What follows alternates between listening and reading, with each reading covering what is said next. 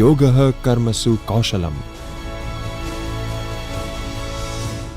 Namaskar. At the outset, I would like to thank EGC HRDC, Professor Joshi, Professor Mayani for inviting me in today's lecture. Before I start my lecture, right, आज का मेरा जो topic है, that is Indian knowledge system. Now, when we talk about Indian knowledge system, we know it very well that for the last 5-10 years, there are many new terminologies coming up in higher education. And one of the key terms that we have is IKS, Indian Knowledge System. Now, question is that why all of a sudden, like there are many views about IKS. Many teachers, many students have different perspective on IKS. That what is IKS? Where is the need to introduce IKS now when we are in 2023? And particularly when we talk about globalized world, when we talk about digitalization. So, look, the first thing is that one more thing. I request all the participants, to switch on their camera, right? Because that's not a good practice, right? If you are in a very uncomfortable situation and if you are in a very remote place, is fine. Otherwise, if it is an online lecture, the first duty as a teacher and a student is that first lesson of online lecture is that your camera must be on, and if your camera is not on, you should inform. Imagine you are a teacher, you are delivering a lecture of say 40 students, and you can't see even 4 students online, so you cannot teach to the screen. I think I will ask Professor Mayani and Dr. Joshi to have one course on responsibilities of online teaching, right, and online learning. So I again request that if possible, because the moment your camera is on, you have eye to eye contact. Otherwise, I don't know whether you are listening me or not. And I have seen many HRDC where if the camera is not on, they are marked as absent, right? So I know UGC HRDC of Gujarat University is very comfortable and teacher friendly, but that doesn't mean it remains off and the other person doesn't know whether you are listening or not. Anyway, that is your personal choice, and I have not asked for any opinion, but yes, I do insist, right, and I do expect, because if as a teacher, if I remain present, I will always have my camera on, because it's not about eye to eye contact, your body language, gesture. Look, now entire theory of learning is changing, and I think as a teacher of English who has to deliver lecture in online in future, we also have to learn, look our setting, our place, position, body language. There are many factors as well which makes you effective as online teacher. It's, you may be a good teacher in the classroom, but that doesn't mean you can be a good resource person in online as well. Anyway, that's your personal choice. So coming to IKS, as we know that when we introduced NEP 2020, for the first time in July 20, there was a lot of uproar whether NEP is good or bad. So the roots of IKS lies with the NEP. So before and plus I have 3 hours, 2 sessions. So before I begin, I would like to talk to you about NEP. Look, we know it very well that NEP 2020, right, is not a simple document. Actually, it is a comprehensive framework for the education reforms of India. Look, what Government of India, Ministry of Education, EGC, they are planning is to change the scenario of higher education in India. Then question is that why should we change the higher education scenario? Where is the need to change now? So to give you some background, that at present, whatever we have in higher education, that is a structure, curriculum, syllabus, everything is governed by British education system, right? So when I say British education system, that doesn't mean English language, right? We don't have a problem with English language, right? I mean, we do love our regional languages, so that is not the discussion of NEP. However, to give you a clear idea, NEP 2020 doesn't force any language. That is also a good lesson for you. Look, recently in Bangalore, there was a court case, right? So try to understand that NEP is not forcing regional language or Sanskrit or Hindi or anything. It is flexible under ability enhancement course. We will not talk about that. Coming to NEP 2020, right? When we say it is a transformation, so why transformation is required? Because the present system of education is governed by British colonial hangover. We are not able to come out from the British perspective of education. And on the one hand, when we are celebrating Azadi Ka Amrut Mahotsav, right? 75 years have been passed, right? And we are talking about the glory of India, the glory of Bharat. We realized, right, that our education system really doesn't cater to the needs of the modern world. And what were the problems? Number one, earlier education system was more focused on very narrow boundaries. That means if you are doing BCom, you cannot think of dance or tabla or any other language. Similarly, if you are in the engineering branch, there is no question of humanities, at the most psychology or English somewhere. Otherwise, if you are doing engineering and if you wish that no, I also want to do another course from performing arts or economics, engineering and economics, it's quite possible that a student with civil engineering would like to understand economics also, or maybe town planning. So point is that earlier education was discipline wise, and now in NEP 2020, we have a separate concept called holistic education and multidisciplinary education. This is just to create a background. So NEP also focuses on holistic education and multidisciplinary education, meaning thereby that your disciplines and your subjects. I again request the participants to have their cameras on, right? Because I can see that not more than two, three participants have their camera on. I think it's a very serious matter, right?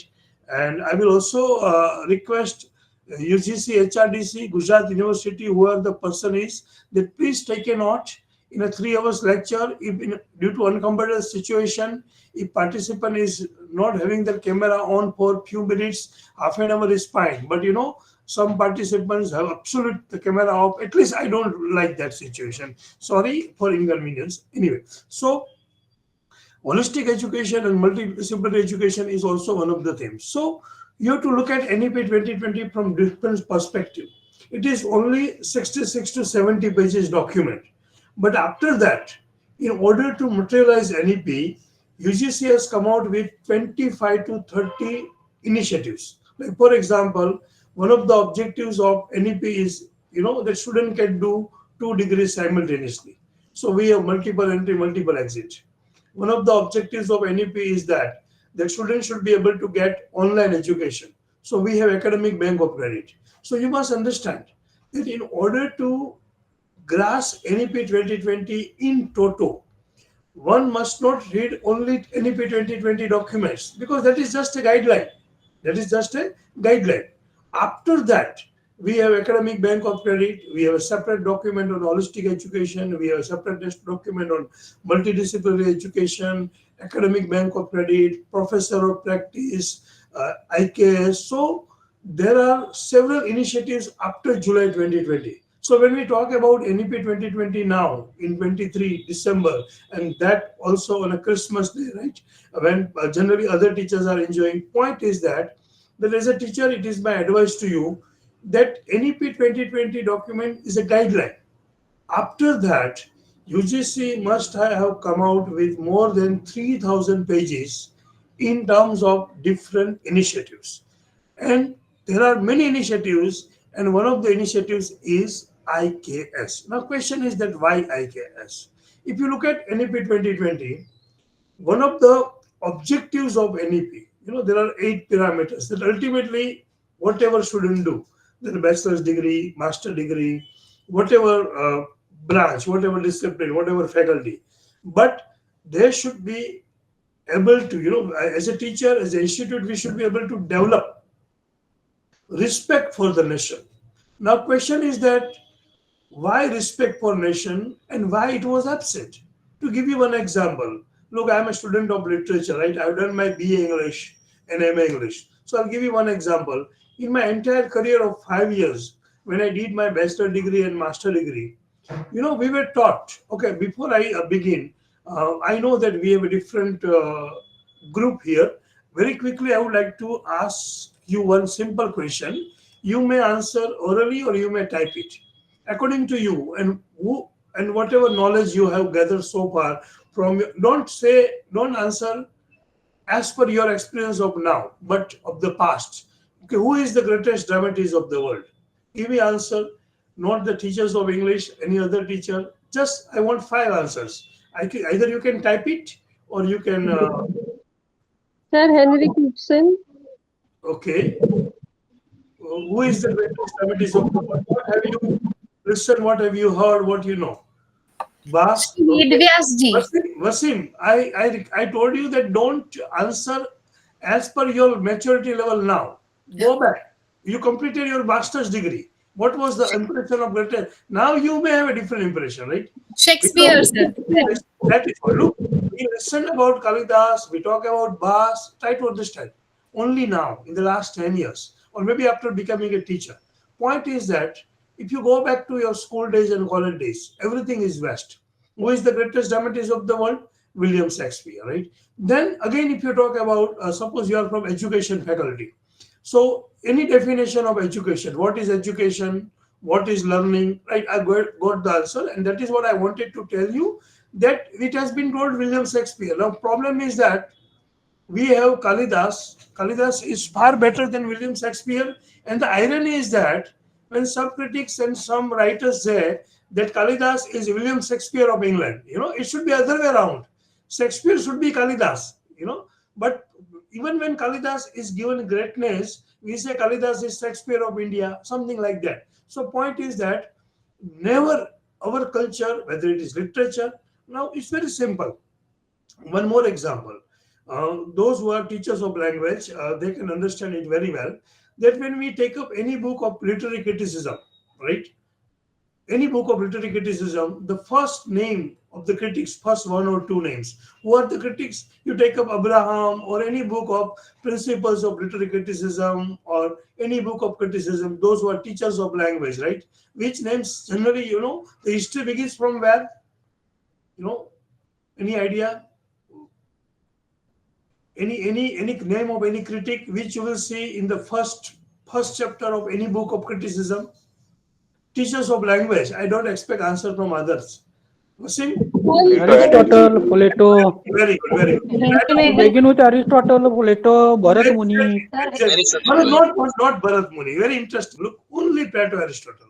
Now you go through 10 books which are written by West, literary criticism, right? The first chapter will be, Plato and Aristotle, Greek civilization. Why? Yes, sir. And they are not English critic. Mind well, if you argue that, T.S. Eliot, Matthew Arnold, they are English critic, but it's not so. Plato and Aristotle are also actually translated critic. Only they are Greek. But, it is a conspiracy of the West that whenever they begin the history, right, they begin with, Aristotle and Plato, and it is implanted in our mind as if the literary tradition, the literature, critical, everything we started with Plato and Aristotle. Now, very interestingly, in that book, you will not find any content of Indian aesthetics. No discussion of Natya Shastra, no discussion of Dhvani, no discussion of Vakruti, Navras, nothing. So point is that this is also a Sir, politics. Now you look at those textbooks, look at like Habib or any textbook, like David Duchess, all the books of literary criticism which are written by the West people, right? West critic. They have deliberately not mentioned Indian aesthetics, and it has been deliberately told in the book of history that English literature is influenced by Greek influence or Latin. We know it very well. The entire Western discourse of literature, of philosophy, of science, spiritualism, consciousness, everything is influenced by Greek and Latin. Now, this is very interesting.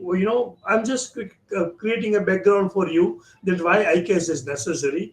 That actually, even there are many examples, there are many research papers. Even at present, I am working on that project, the influence of Upanishad on Western literary discourse. That even Plato and Aristotle, right? They were influenced by Upanishad and they were also Upanishad by Indian tradition or Bharatiya tradition. To give you one or two examples, I don't want you to believe my words. Maybe you can do research. I just wanted you to open your eyes. Throughout the history, archaeology, sociology, it has been proved by West that there was no connection There was no cultural relation between Greek and India before Alexander came to India, right? So this narrative, and plus the timeline period of Upanishad is only few hundred years, like say 1500 BC or something like that. Not even that. So first of all, we have to understand the timeline. That when you are a Greek civilization, even those who are from science, those who are from technology, they know it very well that people are even trying to prove, and there are several similarities even in the mathematical science of Pythagoras and the science that we had. So point is that once you believe that Western science, Western literature, Western philosophy was not there before 14th century because the English language was not there. So that question doesn't arise. We know it very well that before 12th century, 13th century, in their own book, it is written that 11th century and 12th century is a dark age. Now it is very interesting. The dark age, or we can say stone age, when there was no civilization, it was for them. Look, we had a rich civilization, but we never teach. I also realize now that when I was a student, in MA, we were told that 11th century and 12th century is a dark age. There was nothing. So point is that first invention from the other countries was there in the 10th century. We know it very well that even the Somnath temple was destroyed in 9th and 10th century. Even before that, what we say pre-Vedic period and Vedic period, we had established society. So point is that forget about the age of Upanishad, right? Because the Western people are still not ready to believe, and they consider it as a myth and story. Even if you talk about archaeological evidences, the Indus civilization that we had, Harappan civilization that we had, that is 3500 BC, 4000 BC, archaeologically and scientifically. Now, once we know that we had a rich heritage, we had full-fledged town planning, we had full-fledged drainage, we had full-fledged business through sea routes 5000 years ago. If What was the religious belief at that time? That's the question we have to ask. Suppose you believe, okay, Ramayana was not there.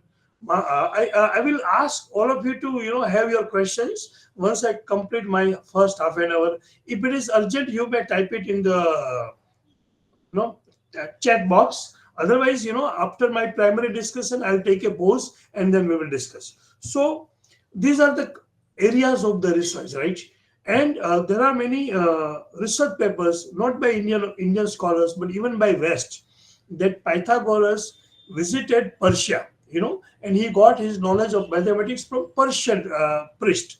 Now, even at that time, if you see the timeline, there was a sea route, or what you can say Silk Road, right? So the business between India and Persia was very much there. Plus the Indian or Bharatiya, what, because the word Indian name was not there. So obviously you don't find the name India in any of the Greek texts, right? Because it's very natural.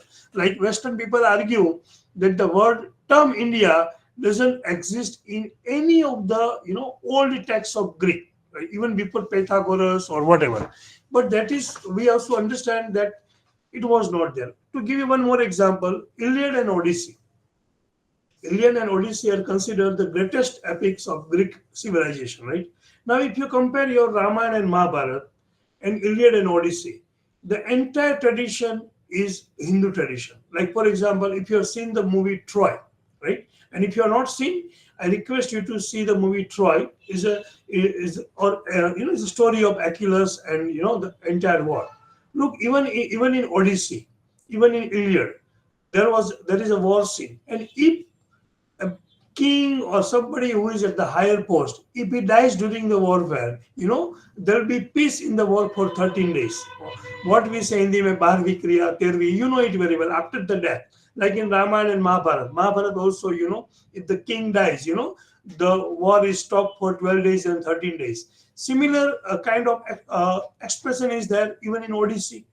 Even if you compare Iliad and Odyssey and Ramayana and Mahabharata in terms of hero, terms of religious sentiment, and mind well, uh, all the soldiers in Greek, all the soldiers in Iliad and Odyssey, they used to bury, Agni Sanskar, right? What you say. So in the Greek, The ritual was Agni Sanskar after the death. Plus, in Plato's writing, you find the discourse of incarnation, the discourse of soul, discourse of Atma, everything. Whatever we have in Upanishad, very much you find in the writings of Aristotle and Plato and even Socrates also. But unfortunately, since India was colonized and all these years, we have read the history, sociology, and literary books which were prepared to cater the needs of specific political discourse and to allow the young generation not to think beyond. Look, I'm not saying, I don't want to say that. Point is that when we talk about IKS, right, Indian knowledge system. So which Indian knowledge we are talking about that you should know. So the point is that entire history, archaeology, science, we are trying our level best, right, to number one to prove that Indian knowledge society had roots in science and philosophy far before the West came into existence. And we must not forget that Britishers came to India in 1660, right? As East India Company, we were colonized. Our Vidyapits, our Vishwavidya, Nalanda, Takshashila, we had a rich heritage, and they were burnt. I don't want to bring why and all. Point is that at least as a teacher, you should know that the tradition of knowledge, when we say IKS, Indian knowledge system, knowledge, what that knowledge we have and we had for thousands of years. So the number one, the myth and the stories, that are told to you, that's not simply, we should not believe it. And what is research? You challenge it, right? You read it. I don't want to say that you go by my opinion, right? I'm not trying to make you fool, but yes, you read original Plato line by line. Find out, okay, one line. This line is from Upanishad, right? Read Socrates, right? Don't believe the people that there was no connection between Greek and India before that. Look, Persia, Persian language was there. Even when we talk about Upanishad, for your information, that first translation of Upanishad was not in English. It was in Persian language in 6045, right? So point is that when we talk about Indian knowledge system, we should know that we had a rich heritage. Now, that is a background. So when we say Indian knowledge system, which is a very wide umbrella. For arts, it is different. Science, it is different. We will talk about it. But first of all, you should know that when we say IKS, it's not only Ramayana, it's not only Mahabharata, it's not only Upanishad. It is the entire Vedic period and even pre-Vedic period till Indus civilization, right? And if you go to Indus civilization, that is more than 6,000 years, right? And that is the same time period when Lebanon civilization, Greek civilization was there. So we are one of the ancient civilization with archaeological proofs. Archaeology is ready to believe that Harappan civilization and Indus civilizations is 6,000 years old. But they don't want to believe the system of faith, God, goddesses, They say that no, Ramayana and Mahabharata are only myth and stories. The gods like Brahma, Vishnu, Mahesh, they don't exist, right? And if they don't exist, and they say that the time period of Ramayana and Mahabharata and Upanishad, right, a few thousand years ago. If that was few thousand years ago, 6,000 years back, when we had full developed society, culturally, socially, politically, business, sea routes, what was the religious belief? I mean, do they mean to say that we used to worship cross at that time? No. Even you find the god and goddesses. Anyway, so that is a background. Now coming to NEP, right? So IKS is one of the key components of NEP. And government of India, government in each state, they are trying to bring in, IKS. Now, the moment we say IKS, you should know that Ministry of Education, right? They have also established a separate section called IKS. Now you can see this is a home page. I'm just sharing the home page. Is it 1 minute? Yeah. So this is the homepage of Indian Knowledge System, right? Under Ministry of Education. And I think as a teacher of English, you must know it. Here you can say it is a knowledge repository. Today is the last day for submission of internship. Otherwise, many initiative projects are there. And those who are not ready to believe about IKS, look, you can see that in the last 4 years, IKS has given nearly 88 projects. These are the list of the projects, and these projects are given to IIT. You can say IIT Bhuj, IIT Kanpur, Roorkee, BHU, Bombay, right? So the best institute, best scientist, best researcher. And if you look at, I request all the teachers to go through and read out at least these 88 projects, so that at least some of the projects may be useful to you, and you may be encouraged to apply for it. So government of India is spending crores of rupees, right? Crores of rupees to bring back the glory of Indian knowledge system, right? Each project is having more than 10 to 12, 20 lakhs. There is always a cutthroat competition for this project, and I'm very very legitimately happy to say that last year there were 491 applications for the ICAS project. And luckily, after my hard work, I could I could get that project. That was Eternal Vision, exploring the Upanishad influence on Western literary discourse of consciousness. Out of 491, only 13 projects were sanctioned. So imagine the ratio, 500 into 10. So point is that we as a teachers should also try to develop research. Don't believe. To give you one more example, those who have done BEd, right? What is education? If you ask simple question, what is education? Which are the definition of education? I don't want answer. Even in the curriculum of BEd or ML, most of the definitions are from West. What is education? So point is that thousands of years ago, Kadambari, we have a text, right? And in that textbook, we have mention of 64 kalas. The education means what? Education means not what says, even before West know what is education, we already had the concept of 64 kalas which are given by our ancient knowledge, but we don't talk about that. What is, who is definition of teacher, definition of shishya, student. You go through any textbook, all the definitions are from West. My point is that, okay, those who are teachers of English, right? This question, I hope at least there are two, three. My simple question is to them that which is the definition of poetry which you remembered and you were told that this is the best definition of poetry. Teachers of English, what is poetry? Poetry is, something. What is the name of that poet? You can type it or you can answer it. Or any language teacher, any language teacher. Wordsworth, sir. Wordsworth. Very good. Well, I was expecting Wordsworth also. I'm very happy that we are still colonized, right? Now it's very interesting. Even I did the same thing, right? A poetry is a spontaneous overflow of powerful feelings recollected in tranquility. Good. Now, in any It language, is one of the, sorry, sir, it is one of the activities of mind. Somewhere yeah, I have read. yeah. No, that is okay. I don't want definition. My problem is with, Wordsworth. That is fine. I respect Wordsworth. I don't mind. But we don't know who is Acharya Mammat, right? In the 11th century, Acharya Mammat wrote an entire book, and the name of that book is Kavya Prakash.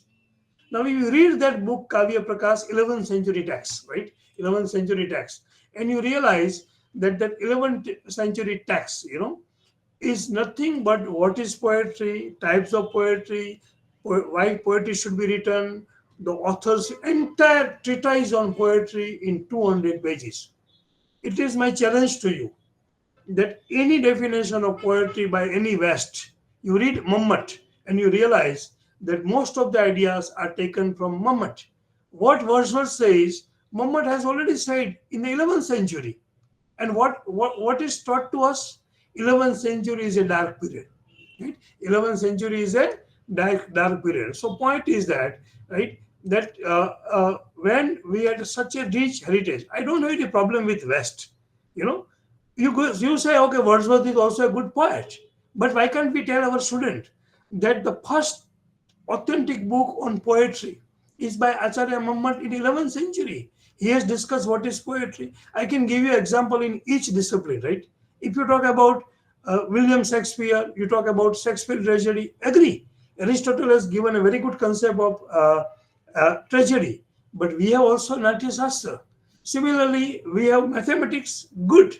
We have Vedic mathematics as well. So point is that at least if we cannot discuss, we should understand that what Indian knowledge system is, and that is why if you look at the vision and mission of you know IKS, you realize that mission of IKS is what, to create a database of individuals and organization who can contribute by way of research, teaching, publication, and I'm very happy to share with you that IKS has announced one project of internship for which many scholars will be given an opportunity, and any teacher or any student of India can contribute an article after January 2004. Right now process is going on, and government of India is going to have IKS Wiki. IKS Wiki, as we have Wikipedia, because we believe what is there in Wikipedia. The problem is that most of the information are false or misleading, right? Right. So point is that, so if Wordsworth is there at the bottom, there should be a reference of Muhammad also, right? So there are many texts, we know it very well. We had Jyotish Shastra, we had Vastu Shastra. If you say architect, it becomes very fashionable. If you say liberal studies, very fashionable. Holistic education, look, the concept of holistic education, the concept of liberal arts is not from West. There are two universities in Gujarat, right? I think one is in Surat Oro University, and many, in Delhi also, Asoka University and all, they offer course, Bachelor of Arts in Liberal Studies, and parents are so happy. Wow, a new course. It is not a new course. In our Gurukul Parampara, right, we had liberal arts, we had holistic education, we had multidisciplinary education. It was never one discipline education in Bharatiya Shiksha Pranali. So when we say Bharatiya Shiksha Pranali, right, we must understand that Bharatiya Shiksha Pranali is very old. The principles of Bharatiya Shiksha Pranali, from Veds, from Upanishad, from Rama and Mahabharata. If you analyze, you realize that we had a rich source of wisdom, and Ved are the best source of the wisdom we have. But, and for information, there are many critics who are of the opinion that India was the first country globally to develop a profound education system. I quote, Prasad rightly says, comma into inverted comma, that India was the first country globally to develop a profound education system, at the time of Vedic period. Imagine. So point is that when we had, right, yeah, I'll just share that for you. So you can search on your own. And the early Vedic education system, and the later on Vedic education system, which was structured by the Hindu society. Now, point is that even the definition of education, the definition of teacher, definition of student, learning process, everything is from West. What are the process of learning? That is from West. So unfortunately, we have forgotten our history. We are not able to, correlate what you can say. To give you one simple example, even if I talk about the literary terms, right? That there are many terms. For example, we have terms like Acharya, we have Adhyapak, we have Guru, we have Acharya. So these are the terms, and what is the equivalence? You have English. Forget about that. Even the Vidya, right? We had different types of Vidya, we had different types of Bhav, we had the concept of Guru Bhakti, Guru Dakshina, Guru Parampara, Guru Bandha, but unfortunately, everything has been misinterpreted. We don't know what is Guru, we don't know what is Guru Bhakti. Guru Dakshina is not negative. Guru Parampara is different. Guru Bandha is different. Gurukul Dharma, Gurukul Pravesh, Gurukul Samvad, Gurukul was, Gurukul Vyavastha, so much we have. And I don't want you to say that go back, study under the tree. No. What I'm trying to say, that the fundamental principles, the wisdom that we had, right, in those institutes, and even with that institute, right, that wisdom that we had a rich society. We were the best at that time, right? So, like, we don't know what is purusarth, we don't know what is sadhana, right? So point is that this IKS will give you a very good, like, for example, we have Vidyanidhi, Vidyavadi. What is Vidya, right? So there are several sloks in Sanskrit, more than 100 sloks about Vidya. What is Vidya? And there is a difference between Vidya and knowledge, right? So point is that we are not able to carry forward the principles, and that's why we see that there is a kind of decay in society in terms of morality. When Yes, sir. after thousands of years, when Western people came and they started celebrating yoga as an international day, we realized, but we never valued our own system. Look, Yoga Vidya is a part of education. Every day early in the morning, in the Gurukul Parampara. I remember I studied in Bhavnagar, right, in a very two good schools. One is Dakshinamurti High School and another is Garshala, right. I remember that in my primary education, right, we had this parampara of, gathering all the students. You do little bit exercise. Now, unfortunately, we don't find grounds in the school. The schools are in the complex, right? So otherwise, I had studied in a school where 1,000 students, will stand in a queue, right? Class wise, now 9A, B, C, D, like that. So point is that in the beginning, even Surya Namaskar, Yoga Vidya, these are not religious activity. These are the activities of mind. And we have a very good concept of healthy mind and healthy body. If your body is healthy, if your mind is healthy, then and then you can have education. But what we teach, we never discuss about it, and when you discuss, people don't like it. People say that you are going to the, barbarian age. I'm not going to the barbarian age, right? Now, what is day school? Some schools advertise that we have a day school in the morning, they are swimming. Okay, I'm very happy. It's a modern time, so you have exercise. But in the morning, you spend 1 hour in the physical activities, sports activity. It's very much there. So when liberal arts as a concept comes from West, we are very happy. But even if you just search, that what is, which are the 64 kalas, what is education, and then you realize in NEP 2020, there is a reference of Kadambari, particularly in a chapter of holistic education, that what is holistic education. One of the concept is that. So again, holistic education is also ancient India. Look, there are 64 kalas. I cannot read out all, but few, like you had Git Vidya, you had Nritya Vidya, you had, what you can say, cooking, right? You had swimming, everything, and if you want a list, I cannot read out for you, but if you want, I can share it with you, that according to Kadambari, according to my, this 64 kalas, that means education, right? So these are the some of them, right? So everything is the, you just search 64 kalas. So someone who is having all the kalas, all the 64 kalas, right? That is what's like a 64 kala, right? 64 arts. And then you have 14 vidyas, Chaud Vidya, right? Choda Vidya. So if you have 64 kalas and 14 vidyas, then and then you are considered to be a well-read student, educated. Now, unfortunately, right? Music, parks, everything, everything. But in our present system, so it was there, but Britishers have deliberately read the book, or not book, but a report. Macaulay is far away. Macaulay is 1935. Right now, I'm writing, one of the articles where I'm trying to locate the history even before Macaulay, and you'll be surprised to know that 1794, 37 years before Lord Macaulay, right? 1794, there is one document called Observations of the Asiatic People, right? on religious feeling. That report was not available, and available which was in a very, what you can say, scan copy.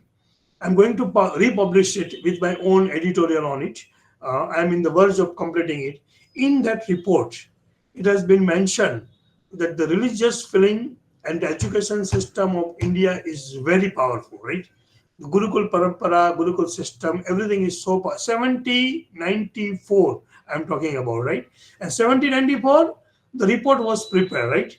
Imagine at that time, technology was not there. So at least 25 years must have been, at least 10 to 15 years must have been spent to prepare that 200 pages report in a type format. And it was discussed in the London, in the parliament, right? And the kind of abuses they have given to our religion. I cannot even quote from it some of the words about Hindu religion and all. In that report, two things are very crucial. Number one, it is given opinion that if you want to rule India, 7094 report, so right, so in that report it was mentioned that we have to remove the existing system of education, and we have to introduce English language and Christianity, right? These are the only two ways through which we can rule India for next 200 years. And it proved true, not 200 years, but at least. So imagine, I am a professor of English, right? So obviously my bread and butter is English language. I am not against English language. Try to understand. People are confused with English education system, English language, English culture. Gandhiji was not against English language. Only now recently Gujarat Vidyapit has started MA English course. Otherwise, for 70 years, Gujarat Vidyapit never started English, and they had MCA. But what was their argument? That Gandhiji was against English. Gandhiji was against English culture, English practices. Gandhiji himself did his law from Africa in English medium. And since Gandhiji knew English very well, he could fight with the Britishers. So we have got the freedom because many freedom fighters, they got knowledge of English language and they found back in English, right? So try to understand English as a language. We don't have any issue, and we cannot have. Why? Because India is a multilingual country. You cannot force Sanskrit and Hindi. I know it is on record, right? I don't mind. We cannot force Hindi and Sanskrit to all the communities, right? Because Hindi is not accepted in many part of the South, right? So obviously, right, if somebody will force me that now you have to learn Malayalam, I cannot do it, right? Because my mother tongue is Gujarati. At the most, I can learn Marathi, Sindhi, Hindi, but not Malayalam. Similarly, people from North, South, there are many. We know we have many scheduled languages, right? And in India, never had a single language. Read the history, right? Even in the 9th century, it was Persian, it was Prakrit. Sanskrit as a standard language was not the native language of all the Hindustani people. Never, right? So we will not discuss about that. Anyway, point is that what Gandhiji, right, very right. So point is that English as a language, we don't have any option. So there is no argument because English is official language. And for information, India is the only country in the world without any national language. We don't have any national language. Remember, as a teacher, Hindi is not our national language. Some people get confused between Rashtra Bhasha and Raj Bhasha. Hindi is not Rashtra Bhasha. Rashtra Bhasha means national language. Hindi is officiating language. English is also officiating language. And that is why NEP 2020 NEP 2020 says that regional language, primary education should be promoted in regional languages. That means in Gujarati, in Marathi, in Hindi, in Malayalam, Urdu, whatever, right? We don't mind. And we have scheduled languages, right? So look at the list of the scheduled languages. India is not having one languages, right? Many languages. So all the scheduled languages and all the regional languages along with English are at par. And that is why in NEP, under ability enhancement course, right, we have English and modern Indian languages. Anyway, I don't want to discuss language part, but you must understand that India is a very different country. When we talk about Germany, when we talk about France, when we talk about Russia, that if Russians can have Russian, why can't India? Look, Russian has only one language, Russian. Germany has only one language, German. All the countries have one language. With the help of that language, they can roam in their country. Can we? No, we don't have a single language, unfortunately or fortunately, in India. With that language only, you can travel all India, right? So anyway, this was the background, right? That, and in order to IKS, it is not a digression. You must understand the glory of India. Vasudev Kutum, right? India had always welcomed the language. Parsis came thousands of years ago, right? And when you say India, what is the geographical boundary? We don't know. The India of today is not the India of 6,000 years ago, right? The countries like Afghanistan and Iraq, they were not there. So try to understand. It is a civilization, right? India is not a geographical country, right? Hindustan is not a geographical country, right? Otherwise, no doubt there were different sects, right? Right? Oneness. Like even Persia was there. There was a particular geographical area where one religion was dominant. There was another, but ultimately it was one organic society, right? Geographical boundaries were there, but the map that we see today is not exactly. Even another map which we see, that is also few thousand. Nobody knows what was the map 6,000 years ago when Indus civilization was there. So these are the topics of debate. Anyway, coming to the point, ultimately, in a nutshell, IKS Indian knowledge system means whatever we had in the past, and it is not a joke, it is not a myth. Pythagoras, recently, you just search in Google Pythagoras in India. Many Western critics, even scholars from Greek country, scholars from France, they are also of the opinion that it is quite possible that Pythagoras might have acquired knowledge. And one of the paper is that he has acquired the knowledge from a Brahmin whom he met in Persia. But here also, Brahmin means not Brahmin that we perceive. At that time, any caste or any community could have been Brahmin. Brahmin means one who had knowledge of Brahm, right? So knowledgeable person, right? So try to understand. At that time, the thousands in 6,000 years, the definition of Brahmin has changed, right? So that also you have to understand, right? So, and don't forget that Ramayana and Mahabharata are not written by Brahmin, right?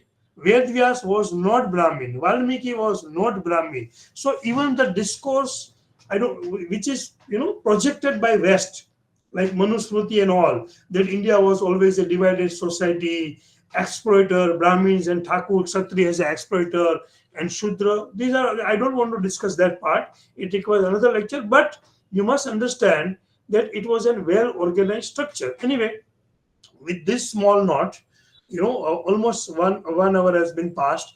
In first half, I just wanted to give you an overview. I maybe it's not necessary that you believe my arguments, right? But point is that if you really want to work, if you really want to understand what is rich heritage, what is rich tradition, what is What a fun, that's all. Rajendra ji, please switch off your mic. You are on highway. Hi, sir. Sanjay Rege. Thank you. So I don't mind ease on highway, right? So point is that it's very difficult. Look, nobody can discuss IKS in 3 hours, right? And I have divided my lectures into three parts. First part, just to give you some idea that what is IKS, and then we have not yet discussed the areas that we will discuss in the second part. But I just wanted you to tell that there are research papers from science, there are scientific proofs that Indus civilization is one of the oldest civilization, one of the oldest, not the oldest, right? Like Lebanon and others. So the problem with the West is that once it is proved scientifically or literally that Greek civilization was influenced by Upanishad or Indian scripture, then West will be in a very awkward situation. The entire theory of Aryan people is also fabricated, right? There are no examples, right? So point is that West have already accepted that they are influenced by Greek and Latin culture. Those who are teachers of language, they know what is the meaning of Renaissance, revival of learning and revival of knowledge, right? Very smartly they have given the definition that in 15th century and 14th century, new root, new knowledge. What new knowledge? We already had knowledge, new knowledge for them. And that is why the exact meaning of Renaissance is revival of learning and revival of knowledge. But interestingly, according to West, this knowledge, revival of knowledge and revival of learning that existed in Greek and Latin civilization. The problem is that entire knowledge system, Western people have given credit to Greek and Latin. Now, if we prove, or if somebody will prove, or even people that, oh, the Greeks were also influenced by Indian knowledge system, then it will be very difficult for West people, right? So they don't want to accept that our knowledge is because of you. They've given credit to Plato and Aristotle, but then from where Plato, Aristotle, Socrates, even Longinus, right? Because even Greek civilization, right, is at par with Indus civilization. So, right, scientifically and archaeologically, it is proved 3,500 to 4,000. So, point is that we must understand the politics of history. And that is why, some people cry when we talk about rewriting the history. It is the pain. I'm a professor of English, right? I started reading everything in the last 5 to 6 years. Otherwise, I also believe that it was a dark age. There was nothing in India, and the knowledge, scripts, writing, we had. So, second part, we will discuss in which discipline, in which subject the Indian knowledge exists, like in literature, in science, technology. And then my last lecture will be how can we correlate in the present era? That was the question by someone, right? So that is what now, very quickly, very briefly, and look one thing. I don't claim and I don't want you to believe what I say. My duty here is to deliver a lecture, right? So if you don't agree, don't start arguing here, right? Your question should be specific and your question should be which can cater to the needs of all, right? If it is a genuine query, I can understand, but not like the one which that lady did, that there is no point of talking of past and making people fool and that. So don't go. I know political discourse and IKS is very debatable, and I'm very happy, right? When debate is there, that means something is going on, right? So it's very natural. So I want you to ask a question either through textbook or you can raise your hand. I'll give opportunity, and I don't want teacher-centric class because in Bharatiya Gnan Parampara, right, dialogue was there. The word is samvad. Samvad is necessary, right? But samvad with respecting each other, not the one like with that lady did, disrespecting the house, disrespect. You have not listened to my 3 hours lecture, right? And you are charging that don't talk about the past. How many of you know about this Greek civilization, Indus civilization? Because all of us have been told the wrong history, right? The history which we have, right? Unfortunately, now we have a real history. Now we are able to question, thanks to archive, thanks to digital era, thanks to science, right? And you take my words, in 10 years, the entire theory will be changed, right? You cannot challenge science. There are many evidences scientifically and archaeologically that we had a full developed society even 6,000 years ago, 7,000. We may go on deeper than that. Anyway, very quickly, your questions or whatever, if you really want to add some, not necessarily a question, very quickly, and then we'll start the second half up to 3:30, and then we'll take a break, right? So last, any question or anything, please. If you don't have any question, I can start, but otherwise I'll be very happy to answer some of the queries you have. Yes, Lakshmi madam, please. Sir good afternoon sir. बहुत बहुत ज्ञानवर्धक session रहा है आपका। मैं हिंदी में बोलना चाहूंगी। मैं हिंदी बहुत समझता हूँ। ज्ञानवर्धक सेशन रहा है सर। हाँ, थैंक यू सर। मुझे बस इतना बढ़िया सेशन शुरुआत आपने बहुत अच्छे से किया है। जो इंटर्नशिप आपने कहा था आईकेएस का, उसके बारे में थोड़ा और बताने का कष्ट करें, ताकि हम लोग भी, यदि अवसर मिलेगा तो हम कैसे मुझे बहुत दुख, पार्टिसिपेट करना है। हाँ मुझे बहुत दुख है कि आप अप्लाई तो नहीं कर सकते हो, क्योंकि आज 5 बजे अच्छा उसकी लास्ट डेट है। अच्छा, कोई आईकेएस का बात नहीं, जो, आगे सर नहीं, मैं कम से बता कम देता जो हूँ, मैं बता प्रोसीजर। देता हूँ, जी नहीं नहीं जी। नहीं, मैं हाँ अभी बता देता हूँ। जी सर, एक्चुअली क्योंकि आगे इसलिए, कोई इसी तरह देखिए इसमें आगे क्या हम है, पार्टिसिपेट कर सकते हैं ना। इसलिए मैं कहता हूँ कि आप आईकेएस का पेज, हर ये है लेटेस्ट अपडेट, इसमें जो आईकेएस इंटर्नशिप है, तो एक्चुअली उन्होंने 12 दिसंबर को अनाउंसमेंट ऑफ द प्रोग्राम 12 दिसंबर था, एप्लीकेशन डेट 25 दिसंबर है, और उसके रिजल्ट होंगे 5 जनवरी, और उसके बाद ये कंटिन्यूस चलेगा, और हर 4-6 महीने ऐसी एडवर्टाइजमेंट आएगी। ये है विकी आर्टिकल। अगर मुझे ये अवसर मिलता है, हालांकि इससे पहले मुझे एक आईकेएस का प्रोजेक्ट मिला है और मैंने ऑलरेडी अप्लाई किया है, तो मैं क्या करूंगा कि इसमें कोई जियोग्राफिकल बाउंड्री नहीं है। जो भी कोई इन्वेस्टर होगा वो कम से कम 10-15 लोगों को या 25 लोगों को, मालूम नहीं, को इन्वेस्टिगेटर और मेंटर बनाएंगे, और उसके बाद जिनको भी अलग अलग आर्टिकल लिखने हैं वो मेंटर के गाइडेंस में लिखेंगे। फॉर एग्जाम्पल, आपको कुछ कंट्रीब्यूट करना है, या अवश्यम जी को करना है, या वीराली मैडम को करना है, तो आप किसी को भी अप्रोच कर सकते हो पूरे इंडिया में, और आपको 1000 वर्ड्स टू 12,000 वर्ड्स में जो आईकेएस से रिलेटेड आर्टिकल है, फॉर एग्जाम्पल विद्यार्थी, तो विद्यार्थी क्या है, तो हमने ट्रांसलेशन कर दिया स्टूडेंट और पीपल, वो विद्यार्थी नहीं है। हमारे as per Indian knowledge system विद्यार्थी की भूमिका, विद्यार्थी की लाक्षणिकता बहुत अलग है। तो हम क्या करेंगे, विद्यार्थी क्या है, विद्यार्थी कैसा होना चाहिए, उसकी ओरिजिनल कोटेशन या संस्कृत में टेक्स्ट लेके 1000 to 1200 वर्ड्स में आर्टिकल करेंगे। वो आर्टिकल आईकेएस के टीम के पास जाएगी, और वो टीम अगर आर्टिकल को अप्रूव करते हैं तो वो आर्टिकल आईकेएस पीडीएफ में जाएगा, जैसे विकिपीडिया है, और वो आर्टिकल में मेंटर का नाम और कंट्रीब्यूटर का नाम होगा। और नॉट ओनली दैट, जो कंट्रीब्यूटर होगा उसके अकाउंट में सीधे ही आधार से लिंक होगा, IKS as a token of love उसको 1000 रुपीज भी देंगे, राइट। तो आप समझिए, ये स्टूडेंट्स के लिए है बेसिकली, कि फॉर एग्जांपल आप कॉलेज में हो तो आप अपने कॉलेज से 50 आर्टिकल तैयार कराओ।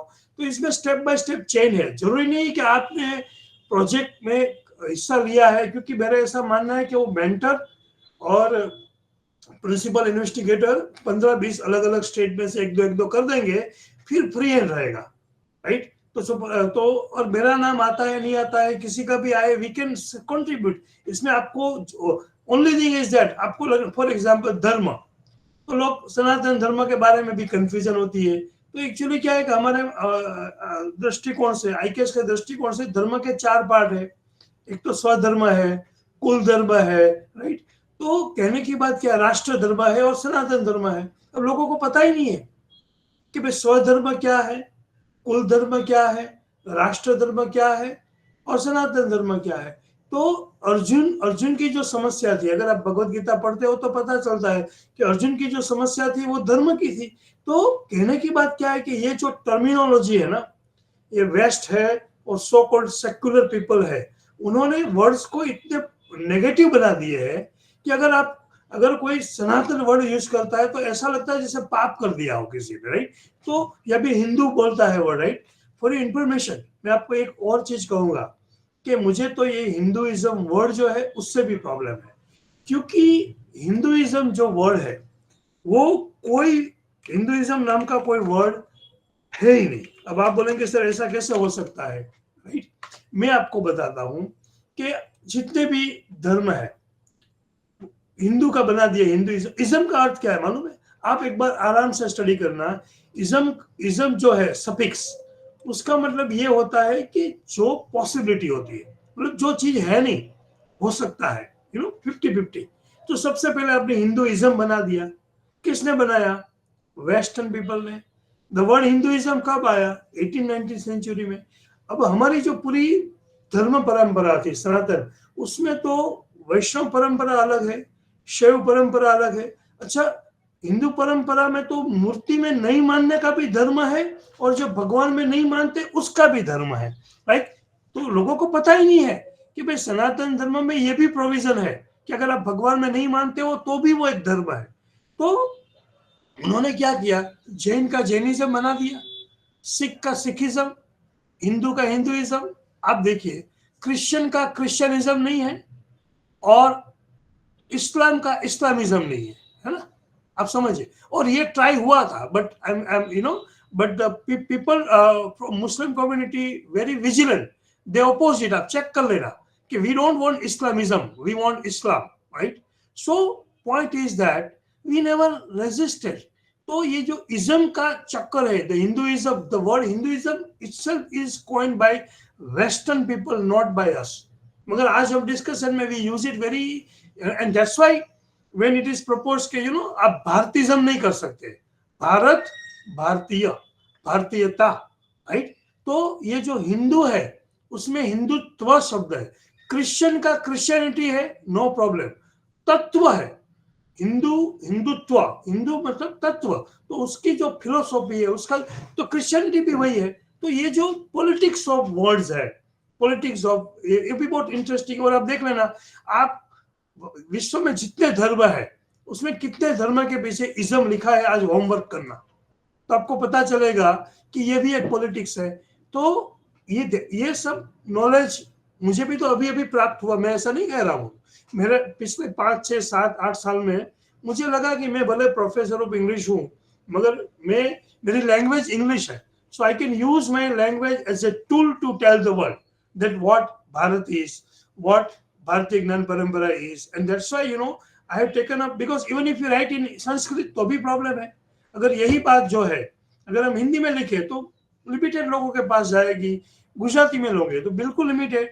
तो मेरा मिशन ये है कि जो हमारी सही बातें हैं, हमारा जो पास्ट है, जो सच्ची बात है, आप मुझे बताइए कि हिंदू के अंदर कितने धर्म, कितने संप्रदाय, कितनी चीजें आती है। You can not have one umbrella, Vaishnav अलग है, शैव अलग है। तो ये सब इनका पॉलिटिक्स है और उसको हमें समझना चाहिए। बहुत सारे स्कॉलर्स है, उन्होंने तो ये हिंदुइज्म वर्ड भी बंद कर दिया है यूज करने का। There is no point, there is not our terminology.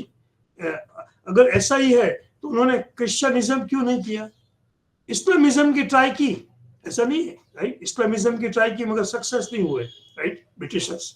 और एक बात और, लॉर्ड मैकॉले का एक लेटर है, letter to his father, right, उसमें ऐसा लिखा है कि I have successfully introduce English education in system in India, मैंने इंग्लिश इंट्रोड्यूस कर दिया है। और these are not my words, Lord Macaulay के वर्ड्स है कि मुझे बहुत खुशी है कि जो हिंदू लोग, जो हिंदू यंग है, हिंदू स्टूडेंट्स हैं, वो जब इंग्लिश में पढ़ते हैं तो उसमें से आधे से ज्यादा, most of them, they accept English culture and many of them leave Hinduism and they accept Christianity. ये लॉर्ड मैकॉले का पत्र है कि इंग्लिश एजुकेशन प्राप्त करने के बाद ज्यादातर हिंदू युवान है वो हिंदू धर्म छोड़ के क्रिश्चियनिटी को एक्सेप्ट करते हैं। उसमें एक नीचे ये भी लिखा है, मगर ये जो मोमेडियंस है, उन्होंने यूज मोमेडियन शब्द किया, इसलिए मैं मोमेडियन यूज करता हूँ, लॉर्ड मैकॉले, कि वो अपनी रिलीजियस बिलीफ में इतने स्ट्रॉन्ग है कि इंग्लिश एजुकेशन लेने के बाद भी वो अपना रिलीजन जल्दी नहीं बदलते, राइट। आप समझिए, ये डॉक्यूमेंट पढ़िए तब आपको पता चलेगा, राइट, कि कैसे ब्रिटिशर्स ने, ऐसा नहीं है, Britishers also try to destroy Islam, ऐसा नहीं है, उन्होंने ट्राई दोनों की, हिंदू में सक्सेस मिली, इस्लाम में सक्सेस नहीं मिली। क्यों? क्योंकि उनकी जो रिलीजियस बिलीफ थी वो स्ट्रांग थी, राइट। हम कहीं ना कहीं चूक गए हैं, क्यों चूक गए हैं वो रिसर्च का विषय है।